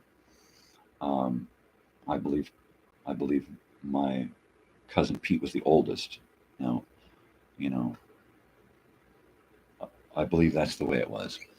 So, that we got another Mike in the Garage is saying, doing the same here. Good way to start the day in Canada. Oh, you're in Canada, another Canada viewer. Right. Oh, Canada. Thank you so much for the comment. Yeah. I'm an old hippie from the counterculture days. And here in Southern California, it's always a good way to start the day. A little coffee, a little bong hit. Being an old guy now, I mainly do it for pain, chronic pain in my back and neck, from work injuries and car accidents and that kind of stuff. I kind of went off and on with marijuana throughout the years because, you got jobs and you got to do P tests and all that crap. So you can't always do what you want, right? Nowadays, I just do what the fuck I want. We've gotten to the point in society where they're more accepting of marijuana. Of course, you still got a lot of snooty people who look down their nose at you because, it's okay for them to suck down booze and tobacco and whatever else, pornography. But, they're going to give me shit because I smoke a little weed. Whatever. I got over that when I was a teenager. Yeah. Hippie counterculture life. You guys like my shirt? I don't know if you can see it. It's the Starsky and Hutch car. Yes, Mike says that we're freezing here in Canada. You're an old guy yourself, huh? Well, all right. Cheers to old guys. I'm 55 myself, and I got a late start in finding that special someone. So my daughter is 19, and so I'm learning how to be 19 again at 55, which is quite a challenge because it's rough when you're physically screwed up, to have to go out and pretend to be a young guy. The last concert we went to was the iHeartRadio thing on Saturday, and I actually brought my cane, and a seat cushion. Now, the cane and the seat cushion and the little pill container clipped to my belt loop. Those are kind of my ways of eliciting a little sympathy from the people at the concert, the staff. So when I'm going in and they stop me to do the whole what you call it, metal detector thing, I can usually elicit sympathy. So when I pass my cane around and limp through, they tell me, okay, well, like this last one, they told me, okay, well, you can't take that bottle of water in with me. And then when I beeped going through the thing, I raised my hands up and they saw the little pill container hanging on my belt loop. And she said, the other girl, she said, well, this is for your medication, right? And she nodded her head and I nodded in agreement with her. Yeah, of course this is. So she said, well, then you can keep this. And they passed me through with any further ado, which was pretty cool because I always carry weed with me going into a concert so I can sneak into the bathroom and do a couple of hits at any given time. And then you can always, it helps when people see you in that light because pain is real. And if you can get just and being a ratty-haired little hippie child, I never got sympathy from anyone for squat. So now being older, I can get a tiniest little bit of sympathy for being broken. Yeah, I'm going to do that. Sure. If it'll help me get a better seat or get me pushed ahead in line, that's great because I do have physical disabilities and they do hurt. Yeah, I'm going to go to these things. I'm going to smoke a little pot.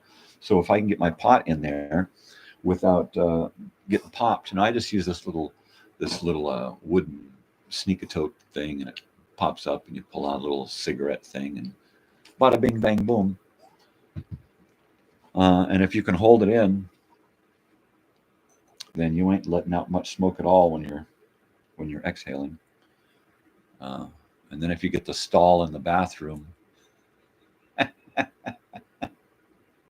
with the fan in it, the ventilation fan, well, you got the perfect stall.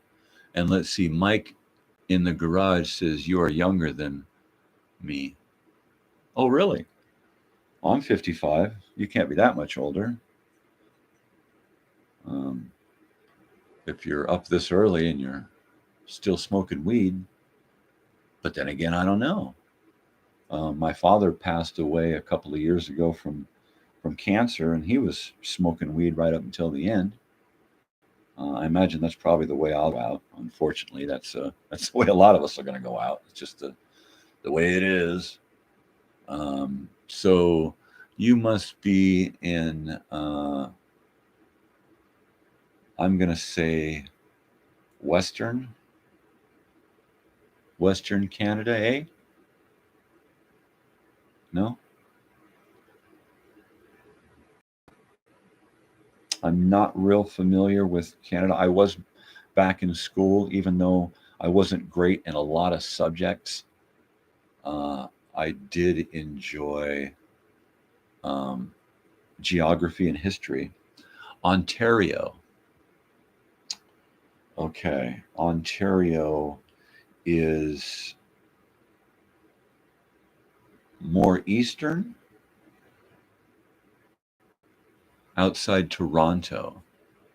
Okay, so you'll have to give us a little bit of a schooling on where in Canada is Ontario and Toronto. Let's see. I remember from the west to the east, north of Lake Ontario. Is that Great Lakes? So that would be eastern Canada? Is that correct? So above Michigan area? Or are we talking upstate East Coast? Oh, Central. Okay. All right. So above like Montana area in there.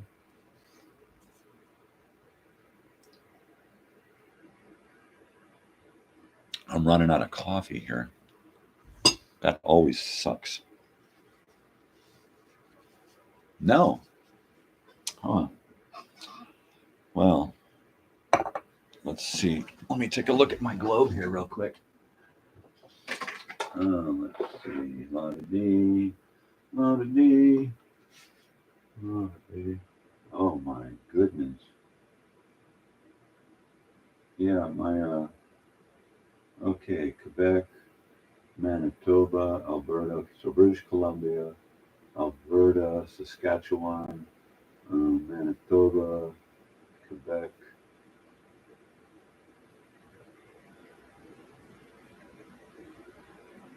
Let's see here.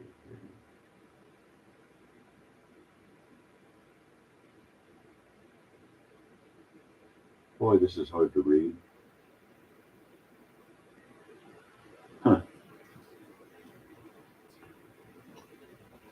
North of, say, Ohio. Ohio.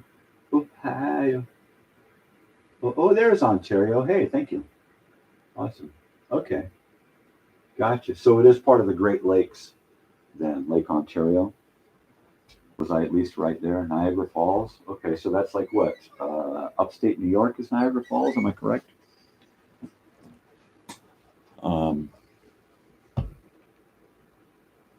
Yeah, isn't that, wouldn't that be the area where that that town has the line running through one side of the town is in Canada and one side is in the U.S. Am I right in that area there? I don't know what that town is. I'm just horrible at this, huh? Let's play the geography game there, buddy.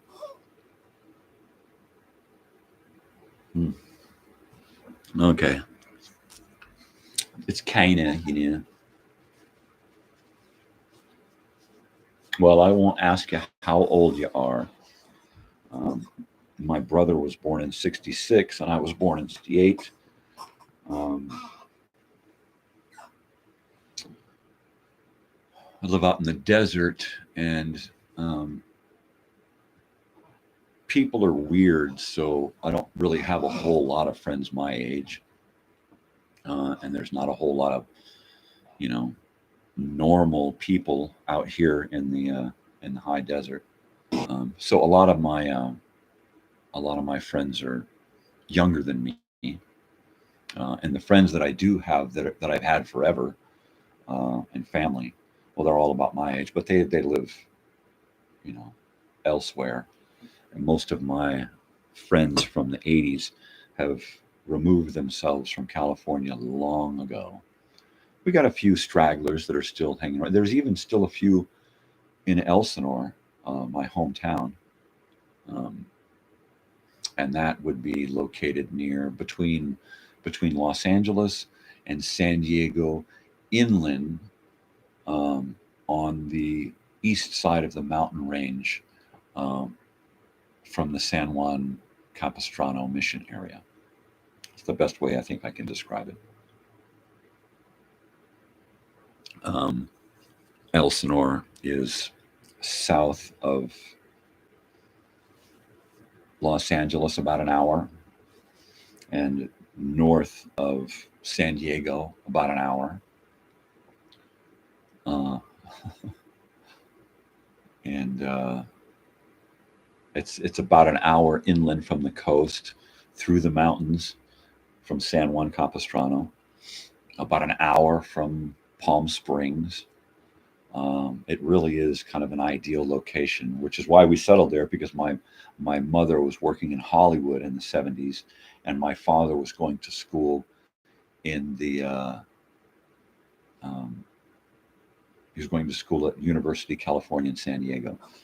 Yeah, the weather is, it's in the 60s, which isn't too, I guess it's pretty warm for you, considering you're probably still freezing. But yeah, the weather down here is not too bad. It gets a little breezy because we're in the high desert. So it may get a little sunny, 60s, maybe into the 70s during the day right now, but it gets down into the 30s at night. So it gets pretty cold. -4. Are you kidding me? No way. Well, I'm sorry about that. That's horrible. -4. No, I think, where am I?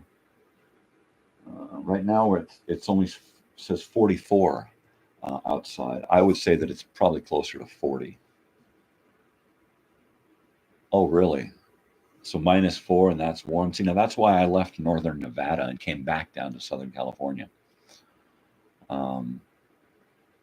Yeah, because it was so cold that the pipes were freezing underground and breaking.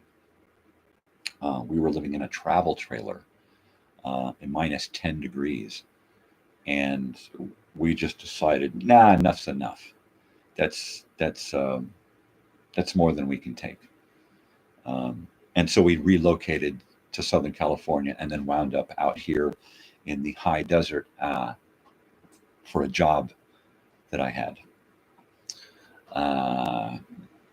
Nope, I don't think I could do temperatures like that again for anything longer than a vacation, you know. I enjoy going out in the summer and in the spring and in the fall in the mountains, you know, collecting, going out wooding and collecting stuff to burn, spending time outdoors in the woods. But when it comes to wintertime, unless it's going to be like a short, 3-month cold winter, which is kind of what we get out here. We get a couple of months of really harsh cold weather. Every once in a while, we get snow. We had a little bit of snow, I think, this year. The last time Southern California got hit with a lot of snow, I think it was 2013, and the whole of Southern California was blanketed, just covered in snow. But I can't deal with much more than that. I've seen a lot of snow in my life. Northern Nevada, Northern California, all the way over to South Dakota. Seen a lot of it and a lot of places in between. And that was just in the 70s and 80s. But I don't think I could do that extreme weather again for more than a vacation. It'd be a lot of fun. But no, that's not for me anymore. I could be a snowbird, move back and forth with the seasons, but it seems like too much work for a lazy pot smoking guy like me. And besides, I'm so over moving. I've done so much fucking moving in my life. Not to mention my own moving. I've helped so many people move. Oh no, the coffee's dead. So I think I'm over. At this point, it's going to be following my daughter. My daughter has pretty much control over what happens in our lives. She's 19. She's a college student. She's going into her last semester. She just applied for graduation. So she's graduating this year from this school and transferring to a university. And it's pretty much whatever she needs. I'm there. I'm semi-retired.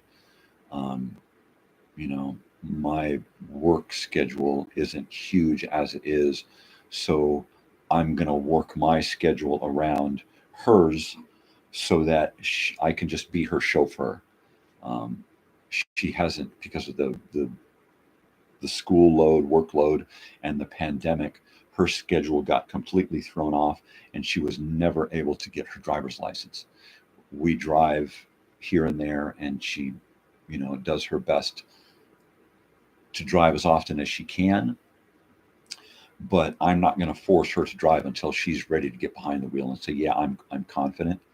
So I'm her driver, whether it's to a concert or to a party, or if she wanted to go to freaking spring break, I'd drive her to Florida, if that's what she wanted. But her school is about an hour away. Her satellite campus, she can go to that campus and graduate what she wants, what from her field of study, she can graduate from that satellite campus. And so that's my bag, baby. If I got to do this show live from the car, that's what I'm going to do. So my thing when she gets to university is just to be her driver, and then sit there and hang out and play guitar, read. There's a lot of things there's a library there, so there's a lot that I can do just hanging out, just being a driver, especially with today's technology. My goodness. I got to get some more. Do I need some more coffee? Do I need to do that? I don't know. Anyway, thanks for joining me, Mike in the Garage, and for having this chat with me. That was awesome. And I'm going to pop on over to your channel and subscribe as soon as I get done here.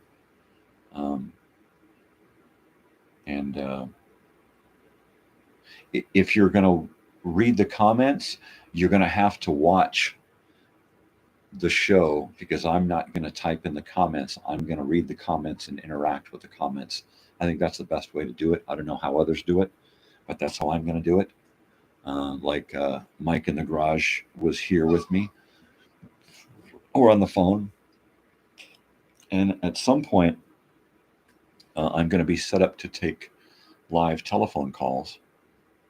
So we'll be able to interact on a live basis here in the room. And by telephone, I mean an actual dial-up telephone with a cord that comes to me and goes to a box, and then that has a cord that goes into the wall, an actual telephone. And I'll mic that live so that we can kind of enjoy a back and forth conversation, even though this was fantastic, learning so much about Mike in the Garage, and learning about Canada. Because, if you go through one day and you haven't learned at least one thing, it's kind of been a wasted day, So I learned a little bit about Canada, which, of course, anytime I learn a little bit about something that I'm not real familiar with, it makes me want to learn a little bit more about that something. So I think what I'm going to do is break out one of these atlases that I have, and learn a little bit more about Canada.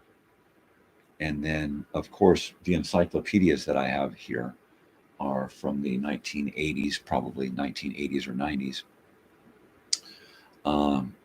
So while the information is going to be a little bit obscure and out of date, it'll still be interesting to kind of learn about some things from that period and from the view of that period. I mean, if you look at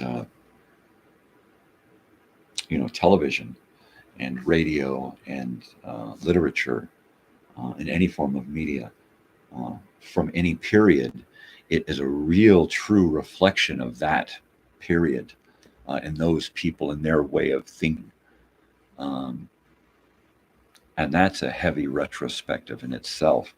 If you just sit and think about, my goodness, did they really talk about people like that? Did they really talk about certain people as though they were so completely removed from society, from normal society? I mean, I watch some movies that when I was a child, I used to just sit and just, gosh, this is the most awesome thing. And now but that was looking at it through the lens of yesteryear. Now I look through the things, look at things through the lens of today. And, I could understand why people want to cancel out a lot of things, but you don't learn anything if there's nothing there to learn from, right?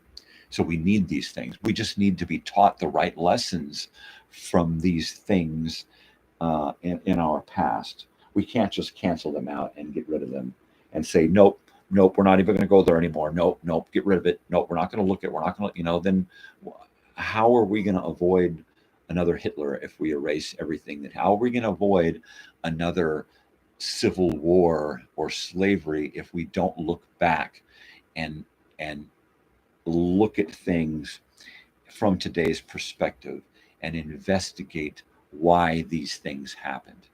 They're just going to happen again, I mean, they're just gonna freaking happen again. We can't just, erase stuff and then just forget about it. That's no way to learn. How are we supposed to teach the next generation and the next generation after that if there's nothing to teach them? There's nothing from which to garner any knowledge to pass down. How? Explain to me. You cancel everything out, and then what? We gotta learn everything over again. We gotta relive all of this bullshit just to go, oh yeah, right, we shouldn't have done that. Give me a fucking break. I mean, what happens when in another 100 years, if we're still around, right? In another 100 years, they're out in the New Mexico desert or in the Nevada desert, and they're out there building tract homes out there, and they don't realize why people are dying off by the hundreds, from radiation poisoning. Well, where'd all this radiation put? Well, because we swept it all under the fucking rug, 100 years ago, so that nobody would worry about it. We don't want to worry anyone, so we didn't tell you, hey, by the way, we've been dumping shit, out in these areas where, by the way, this is where we did nuclear testing, and now we're storing this garbage out here that's leaking into the water table and leaking into the where does it end? If we can't begin, with some freaking knowledge. I don't, well, it ends here, it ends horribly is where it ends. So why cancel? Explain to me that, can somebody please explain to me why cancel? And it's the morning show, and that's why we have the sun here, so we can see what the sun does in the morning, because that's one of my favorite things, is to see the sun and what it does. And another one of my most favorite things to do in the morning is to smoke marijuana. Marijuana. Did you wanna smoke marijuana? Did you? Well, I do. I guess it's the thing to do up there in Ontario, Canada, or just outside of Ontario. Yeah, that's pretty cool. This is the second viewer that has stopped by and had something to say from Canada. You know, I've done quite a lot of traveling in my youth around the Pacific, northern and southern areas. You know, from as far up as Washington, as far down as halfway into Mexico,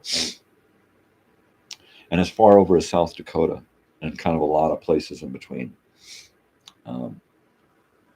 But I never made it. I never made it to the East Coast,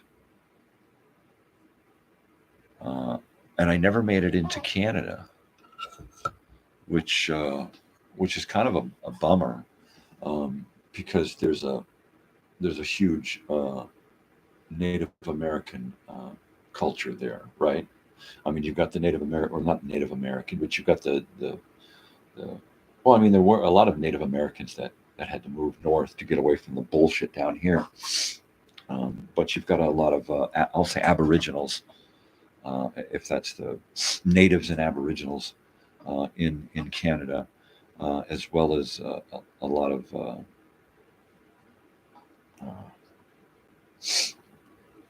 I guess other cultures. You know, stop me if I'm wrong.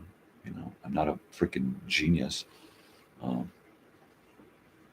But so yeah, but I've never had a chance. Now, some friends of mine back in the 90s went to Alaska, and for legal reasons, one of my friends wasn't allowed to go through Canada because they had some kind of blemish on their record. And I'll tell that story one day. That's a fun story. So they had to fly over Canada to get to Alaska to work in Denali. But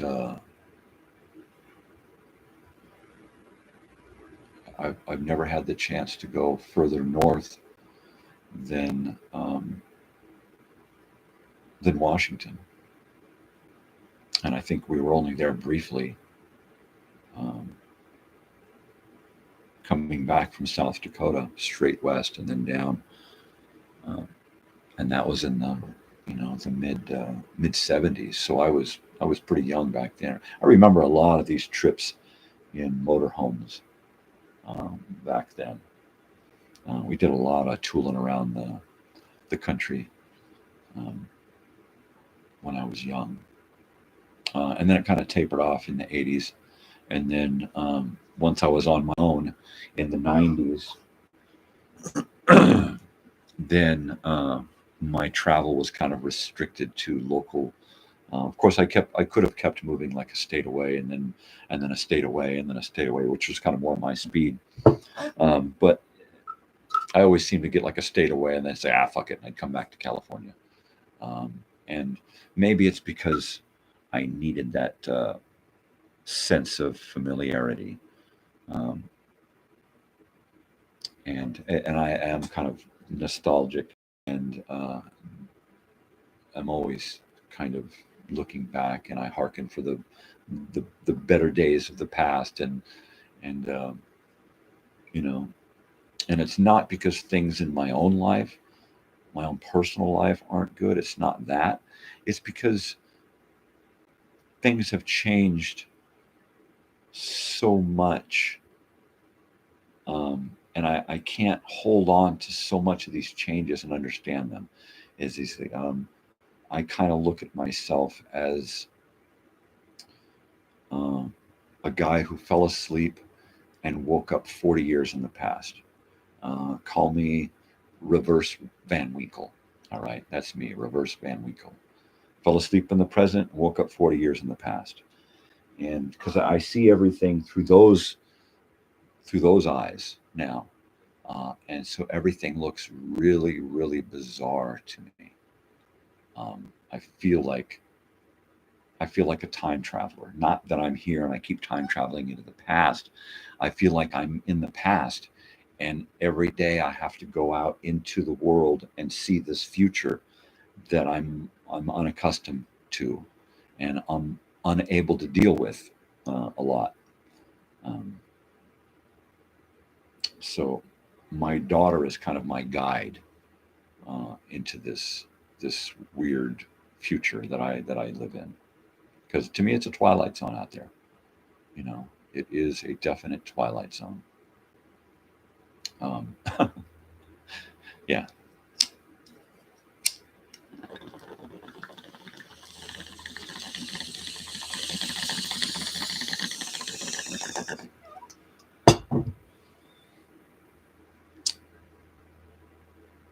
Orale! I keep disappearing because of the sun. That sun is awesome. All right, smoke into the light.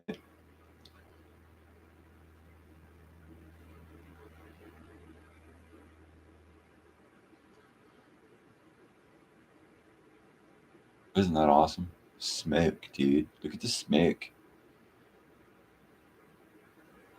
Yeah, when I was a Nino, a little kid,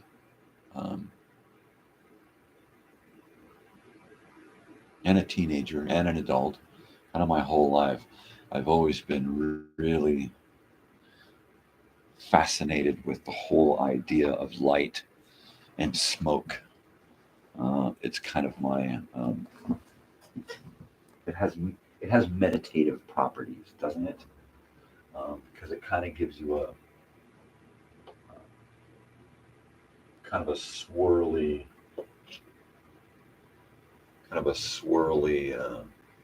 what you call it, psychedelic, artistic, otherworldly. It's yeah, it's just awesome to stare at. It's like the lava lamp, those little bubbles that keep changing and moving around. It's the same thing with the smoke, right?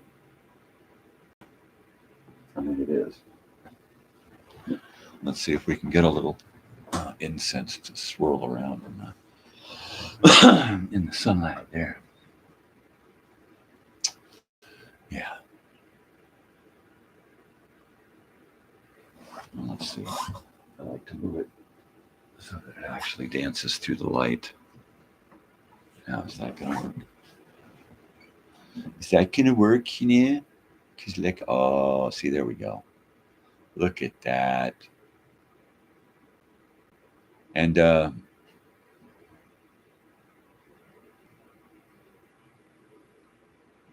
I'm still in awe that Mike in the garage stopped by to hang out for a few minutes. That was quite the treat, and I'm glad I caught the first comment there, because I get so wrapped up in my own bullshit conversation in my own head that I forget that there might be someone watching. And yeah, so that was pretty cool. And yes, I will stop by at some point, and why not now, right? Why not now? I'm gonna stop in there now and see where. Oh, look, it's me. I'm looking at myself. Go to channel. Hey, there's Mike in the garage. I'm going to subscribe to Mike in the garage. And you have 212 videos. Oh, wow.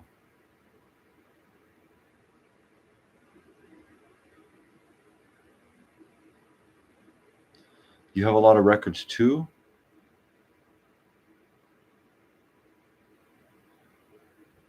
Look at that. All right. Looks like Mike in the garage has got a busy garage. That is so cool. Well, I'm going to have to stop by and check out some of your videos there, Mike. That's awesome. Very, very, very, very cool. Cool, cool, cool, cool, cool, cool, cool, cool. Woo-hoo. Awesome. Cool beans. Yeah, I can always learn stuff. I can always learn some stuff. So So yeah, records in the garage. So you got a lot of records in your garage, huh, Mike?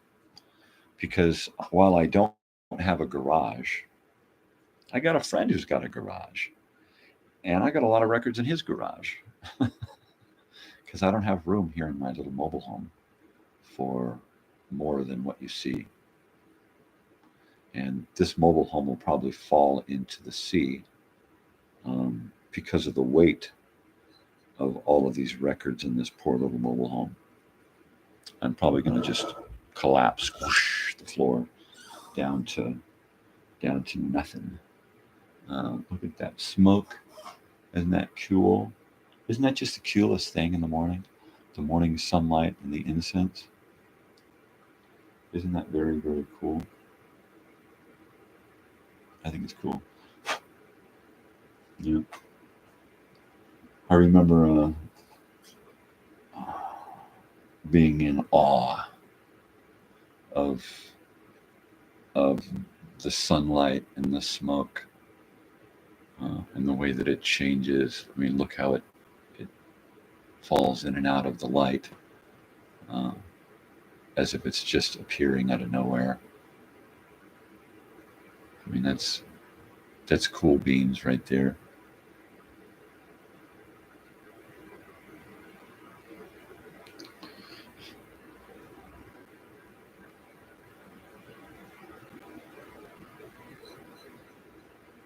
I guess mostly it reminds me this smoke in the sunlight, in the morning sunlight, and coffee and bong hits or joints or something. I think it mostly reminds me of um, probably three of the most important women in my life. Um, my mother, who used to sit in the morning and smoke marijuana, uh, and so I would sit and I would watch the exhale or the incense burning and the smoke through the light. It was always cool to sit and wave your hand through it and get it to move and change and stuff. Um, and then Tracy's mom, Charlotte, I used to hang out a lot with her in the morning, whether it would be before high school, when I would stop by in the morning before high school to get a joint, um, and then hang out with her and get high. Um, or whether it was, when I was out of school and an adult and would just kind of hang out with her in the mornings. But there was always like a little incense burning and coffee brewing, and she smoked cigarettes, and we'd sit and we'd get high together. Uh, and those were good times. Same thing with Brett's mother, Pam. Um, we'd get up together, and she'd sit and drink coffee and smoke her cigarettes, and we'd share a pipe load together. Um, and mainly it was because everybody else was asleep. The other kids never got up that early. I was always up early because I went to sleep late. I was an insomniac. So, you know, um, maybe it came from a fear of not knowing my surroundings a lot, being young, why I couldn't sleep, or I was just, suffered with, an ill mind that kept me from sleeping a lot. Um, but anytime I see the smoke in the morning light coming through the window, um, I'm totally reminded of hanging out with those female parents or parent figures in my life back in the 80s. Um, yeah. And Andy's mom, didn't smoke marijuana, but she drank coffee. And I would, she wasn't always awake. Um, she was going to sleep um, in the morning when everybody else was asleep. She'd come home after working graveyard shift. But I would have already slept and woken up by the time she would come home. So a lot of time I would sit while she was having a before bed drink, I would be sitting up and, having a donut or something, or just hanging out with her. And it was cool because I could sit and get high with her and she didn't have any judgment. Maybe when in her life she would have. But at that point in the 80s, when it was just us kids around the household, and mom, she had no judgment about us whatsoever. She was accepting of all of us and all of our flaws and everything that we did, and was proud of, each and every one of us for who we were, as were most of the females, parental females, type females in my life at the time. Um, they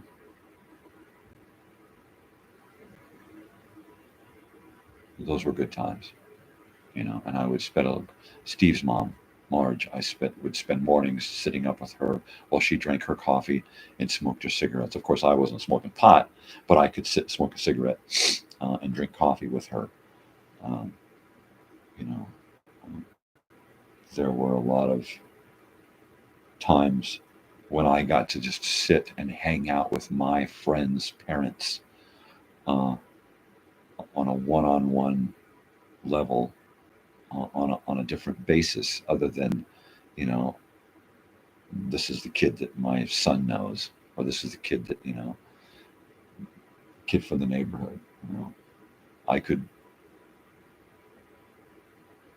I could talk to them one on one and change their view about who they thought I was. Because most of the time they just thought of, grubby little punk stoner hippie kid, scraggly long hair, which of course wasn't completely untrue. But, they never wanted to see, they never want to see it any more than that, any more than they want to see it. Then that's what they see from then on. you know. And when you can have one-on-one time with them, like Steve's dad, Mike, was very strict, and stern, and didn't like long hair and earrings and loud music, and he didn't like anything about me, and did not want me as his son's friend, right? Um, Nonetheless, Steve's mother accepted me into the household, um, and so I was able to get that time with Mike to um,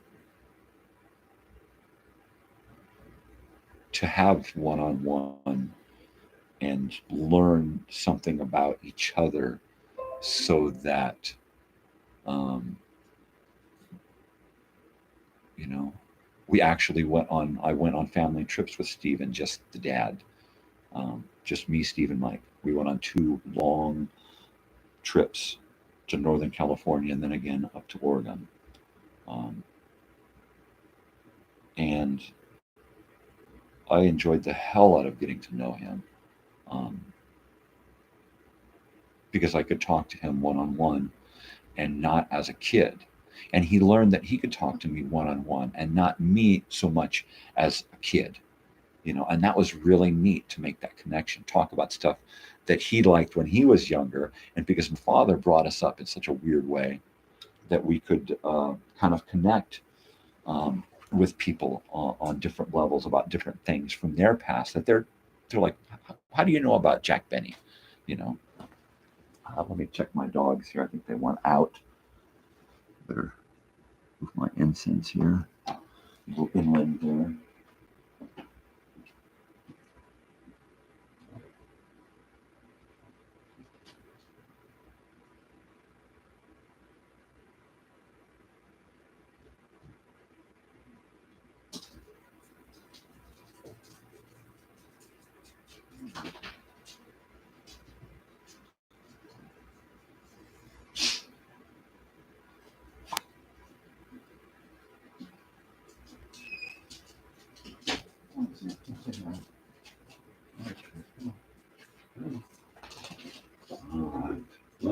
looks like the dogs are awake.